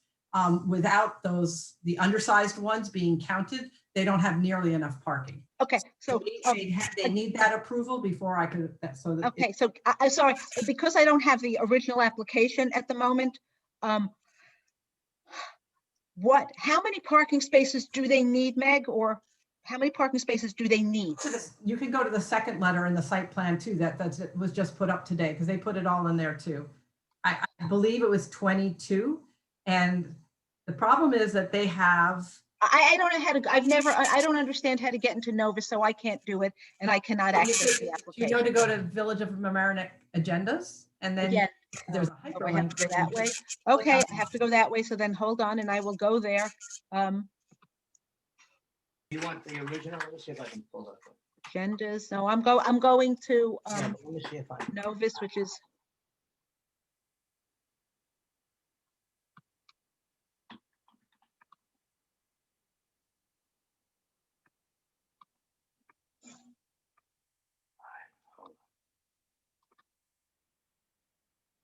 Okay, zoning board of appeals. I'm getting no, I don't want the agenda. Yes, you want agenda, don't you? I don't think it's not the agenda. I want the materials. So you go to the agenda and then you click on one of the listings and it will take you to the back of it. What's the name of this app? This is 1043 West Boston? Yeah. Hold on, I'm sending it to you, Robin. I'm trying to open it and it's Yeah. not downloading. It's taking some time. Send it to me at R.A. Kramer. I can't open my office one. I know that's the one you usually use, Dave, but So give me the name. R.A. Kramer at Gmail. I just posted this is their parking chart here. Oh, okay. Because it's still not downloading the one that's in the agenda. Okay, so they need. Well, no, I sent it to the one you told me to. Now, also, when you're talking about what they put here is that what they need are the minimum parking spaces for the interior sit-down restaurant. It doesn't take any consideration into any seasonal seats. It doesn't take into consideration any additional seats for people who are parking to come in and get takeout. So we didn't actually talk about whether or not we think that it needs more spaces than this, but this is the minimum requirement according to the code for the sit-down portion of the restaurant in the interior, not the seasonal seats. So they're saying that they need 22. 6 of them are staff, so 6 of them can be the 8.5 by 18. That's 6. So you No, they're raised actually this- saying they only need 17. Meg, I know you raised this last week, last month. You said something about the spaces being undersized, and I thought they had a response. Yes, they're not undersized. I don't remember what they said. Do you? they were surprised. They thought they were only worried about the width. Okay. Didn't read the code that said it's 19 by 9. Well, if they have not, I think the answer is pretty simple to me. If they do not meet our code requirements for the parking spaces, then if they are not code compliant, we can't give them the special permit. So if you see, along Unless we give them a special permit contingent on them getting a variance, and if they don't get a variance, they can't have the special permit. I'm sorry, Meg, what did you say? You were? I would not vote for a special permit that's contingent upon them getting that. So Yeah, they have to do it at the same time. We're the party that gives it. So if they don't meet it, they don't meet it. So I think that's an issue that we can't, I think we need to tell them. So then deny. I did tell them. By a denial that makes sense and give them the right to come back in. Right, I did tell them that last time. They didn't apply for. They're all over. So you can see some of them are only 17 feet towards the front, towards the ADA space. It doesn't look like they have enough room. So we would have to decide if this is a safe consideration. If we're going to give it to them for 17 feet here, it's a pretty crowded driveway. We would have to decide whether or not we are going to allow all those spaces. So. I'm looking now I have it now. Thank you, Dave. I've got it now. You got it? I've got it. And I'm going down to the parking plan, which was, I remember looking at it, was not clear when they did it. I had trouble figuring. It was very and it was unclear. The 17 spaces is the minimum required for the interior restaurant. We did not talk about, did we want to add any for the seasonal seats as we have thought about for both Chipotle and Mason and Rose? Or do we want to add any when they said that 60% of their business is going to be takeout, 40% inside? And I don't know who is chatting with us. If this is the applicant that's chatting with us, can we tell them not to send us notes because the application is closed? Yeah, they've already done one, yeah. They've been doing that and they should tell them that they cannot do that. If We just don't look at this stuff. Fine.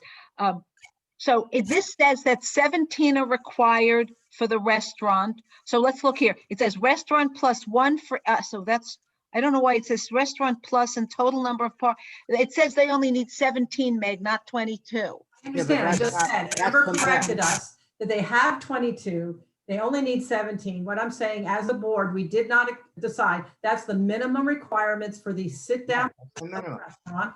That's no additional for the seasonal seats or additional for anybody who's parking to come in and take out the food. We have on the other for Dunkin' Donuts, and we did that for Duck Don't, we sometimes think about it. I'm just saying I don't know if they're just saying 17 is required. 17 is the minimum required for the inside. It's up to us to decide, maybe they need 20, or maybe they need 18, or maybe they need 24. We haven't had that discussion. Right, but we would have to have that discussion as part of our consideration of the special permit. Correct. If we don't think that the 22 spaces is enough, give for the special permit consideration, then that's the issue. We have to have that discussion as part of our consideration. I agree. Okay, but now we're saying that we have in total, I have to do the math here. We have 22, of which they need 17 spaces. The 17 spaces are undersized. 6 of them are fine because the code allows you to undersize them for the 6 staff members. But that's 17 of the spaces. So out of 22, 17. So they only have 5 remaining. So they only have, outside of their staff parking spaces, they only have 5 spaces for the restaurant, which is not enough. So I'm saying we don't even need to discuss if they needed more, because they don't even meet the minimum requirement of legal spaces for it.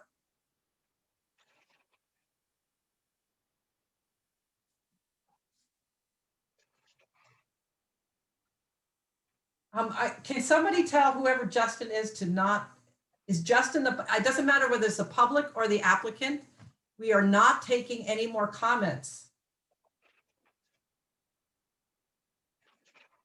I get it from, I don't, who's Justin?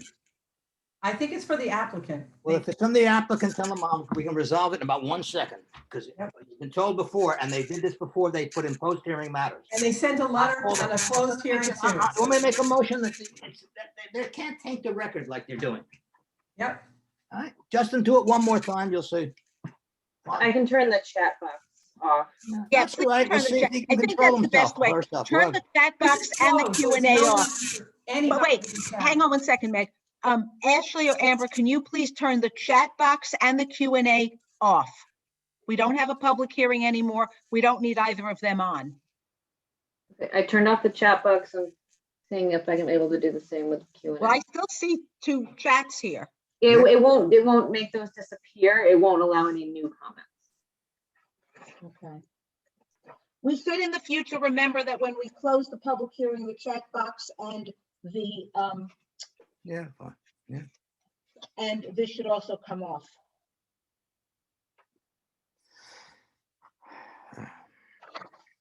Now, I'm being rather strident about this, but I'm not opposed.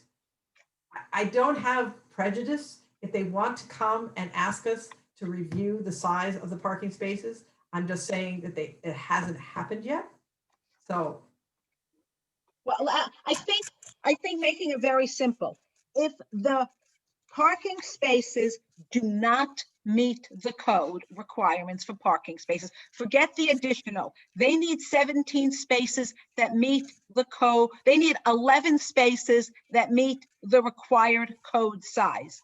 If they do not have 11 spaces that meet the code required size, whether they're off by an inch or a foot or 30 feet, right, they don't meet the code requirements. Right. Therefore, they need a variance. Right. And I agree, we cannot approve the special permit without, as I said, we could condition it, but if the board isn't willing, then we could not approve the special permit without having code compliant parking spaces. So they need a variance for code compliant. Charlotte, Right. something? So I believe they only have 5 spaces that would qualify as legally, in addition to their staff.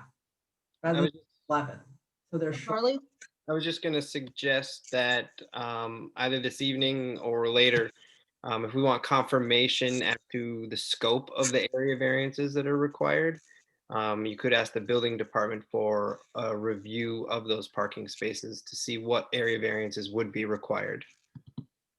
That's great. But if you look at the code and the terms and when we have our description of terms in 342-3 and you go to parking space, it will tell you the code is 19 by 9 and can be the width can be shortened to 8.5 by the 19 for the staff.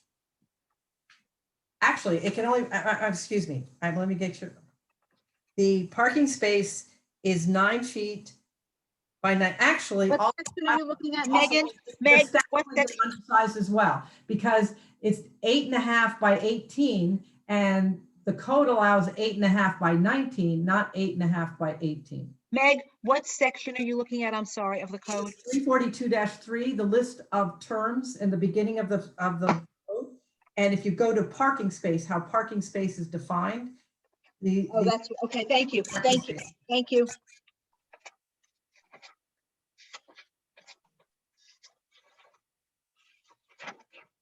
Thank you. Yes, they do not meet the code requirements, therefore we cannot approve the special permit. I think it's fairly simple. Therefore, we have two choices at this point.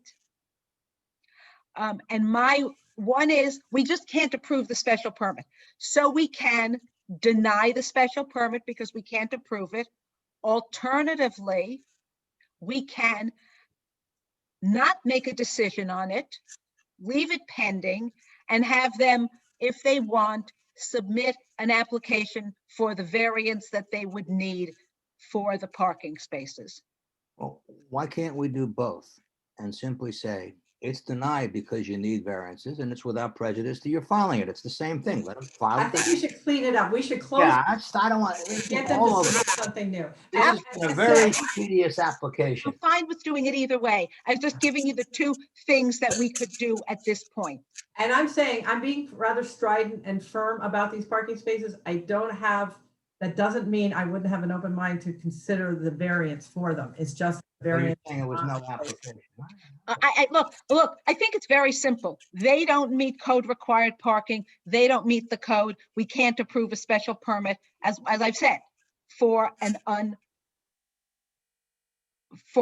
for parking spaces that don't meet code without the condition. If the board members would be unwilling to grant a special permit conditioned on them getting a variance, then we have to deny it.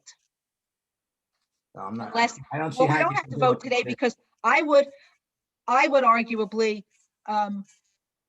give the, I would actually either hold it open or give them a special permit conditioned on getting variances so that we don't have to consider the special permit again because they presented, we had the hearing and it was closed.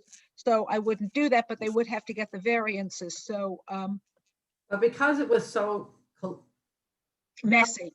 and we didn't have a very clear application, and the last presentation started out with a big discussion about the window and how they could still have a window. And then by the end, we're saying, no, they didn't want the interpretation. To me, it was very ambiguous. It was not clear. I think it's better that that we close this and they have time to apply again. Charlie, you look like you wanted to say something. Yeah, so just thinking about consequences of actions. So the public hearing is closed. So this board does have 62 days to make a determination on this application before you. That can be extended upon mutual agreement with the applicant. If you wanted to seek a denial of the current application before you based on this, that is something you can entertain. You would not be able to then consider the application again unless the application was changed in some manner. Here, if you deny and then they apply for the new restaurant and car service special use permit, the change would be that they would either have the area variance or the parking spaces. Yeah, so that'd be different. That's not a change. The special permit is the same. The special permit is the same. There's no change in the special permit application. No, I know that. I know that. I meant the facts So you surrounding. could, but Charlie, you could just put in your you could put in your resolution, it's without prejudice to them coming back. If they But can the correct code these says, items. the code says, can't change what the code says. What? The code has a limit. The code has a provision that says if we deny an application, they can't come back for the same application within It's not 6 the same. It is the the same. same. Okay, well, The okay. special permit is the same application. Well, then we The shouldn't. variance is different. Why don't we just not vote and let them file for the variance? Then put it over for next month, because I'm not gonna go with that. Well, then- This has been a waste of time that was completely unnecessary. This thing could have been done right up front. They were coming in here, it was like, well, how about this? Can we try this? Can we try that? That's not the way we operate, and we can't. At least I don't feel comfortable with it. And my point is, what they've had is no good. They want to come back. Where's the code section that says that, please? The special use permit Yeah, requirement. the one that says you can't come back, that Robin Kramer just mentioned. Where's that one? I'm familiar with New York state law on it, but I don't, this code has such a provision? No, that was just case law that I'm familiar with. No. No, but wait, Robin so says we it don't in care. I the- thought there was something in our code. I've never seen it, but There was tell me something where. in our code. There's I'm nothing in asking our you where it code. is. I'm not arguing with you, but can you give me the code section or something? I'm in the code. I don't know. I thought that Charlie was saying it's in our code. No, Carly never said that, and I never, no, it's not. It's New York state law, and it's got to be a different it can't be on the same facts. But Charlie, if we deny it based upon A and you can eliminate A, you can come back. I completely agree. All right, so it's, Wait, what, how would they, wait, say that again? How would it be different? So if you denied the application because of the need for the area variance because of the deficient parking size, and they come back and have cured that deficient parking size, that would be a different application. Wait a minute, but they're not coming back having cured it. They're coming back going for a variance. So the special permit would still be deficient in parking size. no, not How if they is that came back different? and they said, I want a variance for it. Would that be different? Yes, Yeah. You think it would be different? it is different. My opinion is it would be different. It would be based on a new site Different plan that facts. either has an area variance attached to it or the parking spaces were changed. Robin, it would be like if someone made an application for something to us and they hadn't asked for a variance, we couldn't give it to them. They say, Right. "Okay, you can come back with a variance. Right, I understand So that. fine, Dave, they come I'm back, not it's a arguing different with you about application. that. It's not on the same If- facts. There has to I'm be a not factual arguing with that. difference. Is it the facts or Yes, is it the it's the facts. application? No, that it's the has to facts. change? It's the facts. Facts. It's the facts that have to change. Okay, that was what I thought it was, the application that had to have changed, and the application didn't look that different for the special permit. If it's the facts that have to have changed, then yes, you're right. Okay.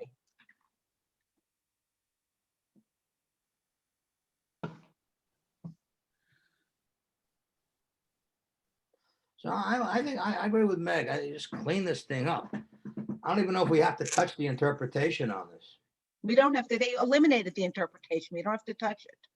It's whether or not you want to talk about car service, but since we're eliminating, we're not. So it's a deficient For the application. restaurant, Let they them can't come have back. car service. It's without prejudice to them coming back and correcting it or making an making an application for a variance on it. I'm fine with that. That's fine. You Yeah, want to make that enough motion? already. Go make that motion.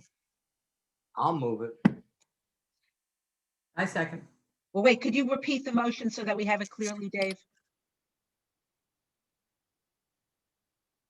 That based upon the lack of conformity with the size of parking lots, the proposed application is deficient as it's inconsistent, at least in that part. And therefore it's denied, but it's without prejudice to the applicant making another application that is conformed, that is in conformity with the code and requirements or seeks a variance therefrom. And as far as I'm concerned, they don't have to pay another filing fee either. As long as they promise to just do that. All right. Okay, Meg, you seconded? What do you think, Meg? Is that right? Yeah. Charlie, Okay, was I Dave? right the way I phrased it or not? Yeah. I think you need to make sure it's based upon the fact, it's not that it's deficient, it's not code compliant. It's not Fine, like it's, that's what I meant by deficient. yeah, it's not code Wasn't- compliant. was I nothing think you should personal just was say intended. simply not code compliant, since it does not But it's comply not- with it's the Marinette deficient. code Well, but you gotta, which part of the code compliant? with the because- parking space size. All right, fine. But it's deficient in the number of legally sized code compliant spaces. Yeah, right. Minimum required. It is deficient that it only has 5 or. And then you might want to say, in there, Charlie, that we don't address their interpretation because they've withdrawn that aspect, right? I'll run through the entire application history. You got it. Fine. Good, wonderful. Have fun. You got your week cut out for you, Charlie. And please, Charlie, we need to get that draft resolution a lot before the week of the meeting. Actually, what about, doesn't it help them if we, is there a way we can do it before so they can reapply for the next meeting? I Well, was, we voted now. We've done before. where Yeah, I we know, voted yeah, I can do it. And have the written application subsequent, and we're voting now. We're not taking a straw poll. We're actually voting Yeah, now. I don't We have a just problem won't have with the it. written words until later. We've done that before. I don't have a problem voting now since. I don't have a problem as long as we Yes, have a with chance to look at it conditions. and the resolution is consistent with what we have stated. yeah, I We've was, done this before. for personal reasons, I was behind this month, so the resolutions will be timely this month. But can you do that soon so they can reapply? But Charlie, again, the I don't, purpose is this, if we can help them out that way, why not? but Dave, I don't think we need to worry about that. We're voting today based on what the motion that you're making. The written resolution won't be done in a week, but we have voted today. All right, well, therefore, no, but it's they only, know after the vote what they can, that they can do it, so they can reapply. right. And we're but this- voting today. So when we have the written resolution, it's going to be, whereas on April 1st, the board denied the application Yeah, but the because. problem, the only problem I see is how you handle it if they make the application before the next meeting and there's no filed resolution. Well, so the action is final the second you vote. The resolution is formalizing the words you guys are saying. And the resolution, with the filing is necessary, that sets the appeal date, right? The Correct. So 78. we'll have to file the resolution within 5 days of today. Right, okay, good, I'm happy. If you can do that, I'm happy to, sure. Okay. Whatever you need, sure. Okay, Meg, you're seconding it? Sorry. Yeah. Yes. Okay, Dave, Yeah, Meg, Yes. I vote yes. wait.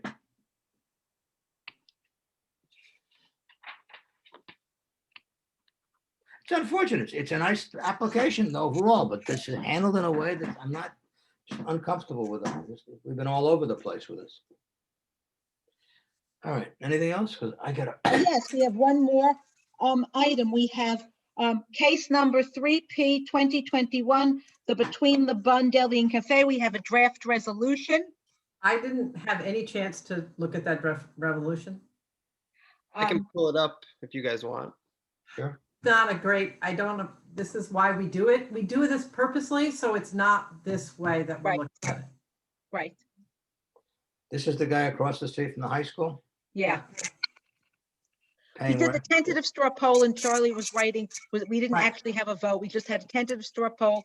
He had a resolution that okay. we were going to vote on this meeting, but we didn't get copies of it until All right, the all right. last minute. And the others may want to participate, fine, yeah.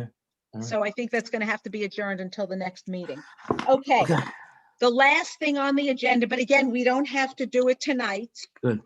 Is and so it's fine, we can leave it, and I think we should. The letter to the trustees regarding Yeah. restaurants, I think we should leave that for the next meeting, because I think every member of the board has Okay. thoughts about it. I have a I also comment procedurally. I also think when we're going to hear another application about food service is not a time for us to be Yeah, discussing. That's what I was our- gonna say. That's exactly what I was gonna say, that we have a pending applications involving this. And I wouldn't want to taint it because it's gonna get used against us or for us or whatever. It shouldn't be done that way. The other thing I have is a suggestion. I think it's more complex. I think if we're going to, it's one thing, I don't think it's appropriate to tell them this is a mess and it's got to be redone. I think we have to cite some specific issues and examples of which there are many, showing why and trying to find a resolution. But my first comment, Robin, is I think that we have pending applications around this topic, and that's even the denial tonight. Anyway, I just think we should wait until we don't Then have. let's something. wait, then let's wait, then we'll wait, that's fine. That's all. I It's not a don't big mean a deal. long time, Robin, but you know what I'm saying? It's I do, just- I'm not arguing. Yeah, I all don't right. disagree with any of this. Okay, fine, good.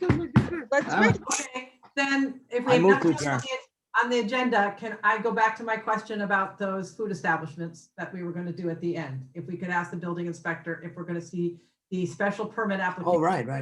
Food establishments. I'm sorry, what is your question, Meg? I had asked that earlier and they said they'd do it at the end of the meeting. We're going to look at notes. Could There you are- repeat the question, please? There are 2 food establishments that have posted notices that they are going to be opening soon. And yet we haven't seen special permit applications for them. And I wondered why and when, if we're going to see those. If somebody's there. So is So- the meeting, the agenda's finished and the meeting's closed? The meeting, the meeting was, the public hearing was closed a long time ago.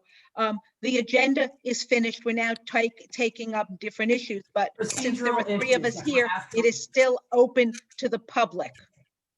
If this is something you do not want to discuss in open court and you want to let Charlie know, then yeah, I don't know, or if there's something that we should not be discussing tonight. I don't know what your concern is, but we have a meeting, and the meeting is still a public meeting. Anyone can hear. So Okay, understood. So let's close the meeting and we can talk after the meeting. Before is we over, close the since it meeting, doesn't I would regard like to to the say- public. I would like to say, I don't know what the extenuating circumstances, I can't imagine, and there could be things I have no idea.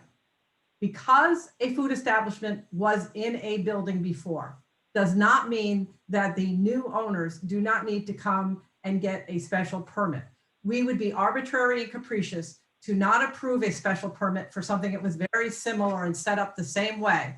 But we do have the responsibility to make it a public review so that residents or other people could tell us perhaps things we don't understand, that they can understand and give us some comments about, just like we did for the bun, in between the bun and stuff, the garbage in the back and things like that. And we have the right with special permits to set conditions. So it's not to deny something, or it's not to be ever be getting close to arbitrary and capricious, but each operation might be somewhat different. And we as a board should understand what the operations are so that we can set appropriate conditions, and also to give the public a chance to weigh in on what was proposed.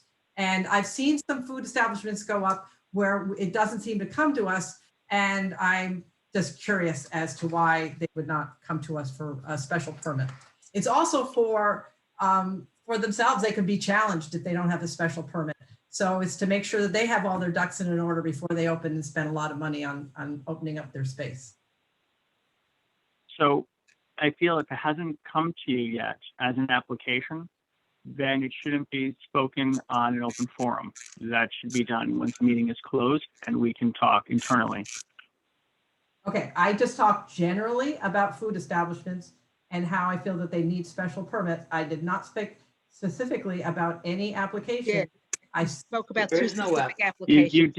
You did. I talked about the one that was closed. I talked about the application that we are just. No. You talked about And two the specific replacement of who locations may be where you coming in. said they So were I'm- opening and hadn't come in. Why aren't they coming in? That was your question. No, I didn't know. So I'm let sorry, me Robert. try I the didn't question. ask them- I did not ask, why are they not coming in? I said, are we going to see the special permit applications soon? Are we going to see them? When are we going to see? That somehow is like something about the characteristic of the business. I simply said, I saw a notice for 2 businesses that are going to open soon. Are we going to be seeing the special permit? But we haven't seen the special permit application. That's But not you're asking saying, why. and I can also have that. I have the same. It's a matter of if I'm told 2 restaurants are opening, my question is, do they have permits, special permits? Is that an improper inquiry? They're supposed to I have think it's special. I think it's an inquiry and we can have this conversation. And I'm not willing to have it on an open forum. It's best that we close the meeting and we have the discussion. It's based on internal judgments as well. That's going to be my response, and that's my final answer as of right now. Fair enough. I think that, let me just say that everything that goes on in the village should be done properly, whether it's a restaurant, whether it's anything else, and people should not be operating any use, any condition, any type of operation that does not comply with code, period. To make it clear, because I don't want it to be thought that we're picking out restaurants and food service establishments and then not other things that may be illegally, that may or may not, I have no idea, may or may not be operating illegally, but everything that happens in the village, whatever's happening, should be in compliance with code. And if permits or variances are needed for anything, then they should be coming in and getting them. And I strongly agree with that. Meg, you mentioned Lamyun. You know what? But we're not going to talk about individual. I respect the fact that there's some reason why we're not supposed to talk, because maybe it will come to us again. It will. I just wanted to know if something was coming. I didn't mean to get any particulars or any characteristics or or in any way. I just was gonna ask, are they coming soon? That was. But if you think I'm not pushing that either. So I'm ready to end the conversation about the particularities of these businesses. Did not. Fair enough. Good, as long Point as we're taken. raising, I have a Madam question Chair, about a Madam Chair, different once application. Once you have ended the meeting, I will stay on longer and Amber can discontinue the meeting. So I'll stand by as long as you need me to. I'm sorry. I don't know your name and I don't see you, so I don't know who I'm speaking to. Because your name is not, it's just a telephone number, so I don't know who. My name is the number. No, it's Dennis Drogan, the Assistant Building Inspector. We cannot all stay on, since three of us are on, that makes it a meeting. That means it has to be open to the public. Meg, if you would like to speak If three of to us aren't talking Daniel. about, if three of us aren't talking about an application, we can go out for a drink too. We can also talk to people Yes, about but anything he's in the talking world. about, agreed with that, but they're talking about something that's may or may not be relevant to the board. And if something's gonna Fine. come on, we can't talk about that, can we? No, I guess you can make a FOIL application, I guess. I don't, that's fine, whatever. Whatever makes people happy. I don't know. I don't Don't know care. to adjourn? Charlie, well, you answer it. You're the council. I would say that if you have 3 members of the board talking about official village business or an application that may future become before the board, it should be in public forum. Wait a second, if Yeah, I I want to actually- speak I- to somebody, 2 other members in my community, and I'm having 10 people I'm talking to, and 3 of them happen to be on a board with me, and we're talking about changing legislation, or we're talking about problems in the village. There's not an application, it's not a meeting, it's not deliberations, I'm not hearing evidence. I'm exercising basically, even the case authority that I remember is that board members in a community bring to the table their local understandings. But okay. So, hey, dinner's off, guys. Dinner's I off. agree with that. I agree with that, but also I don't want to stay on and hear about anything. It could be something that then comes to us for review. Yeah, I'm fine. So why would you tell me anything other than whether or not it's coming? All I asked was, are we going to get those special permit applications? I don't want to know anything beyond that as to why you're making it a different decision or something, because if it comes to me, then I would. Well, no, but that begs the question, Meg. That begs the question of if it opens and it doesn't come to us. Different question. But I don't know. I just want to do that in a public way. I don't want to do that privately. You know. Are we done with this meeting, guys?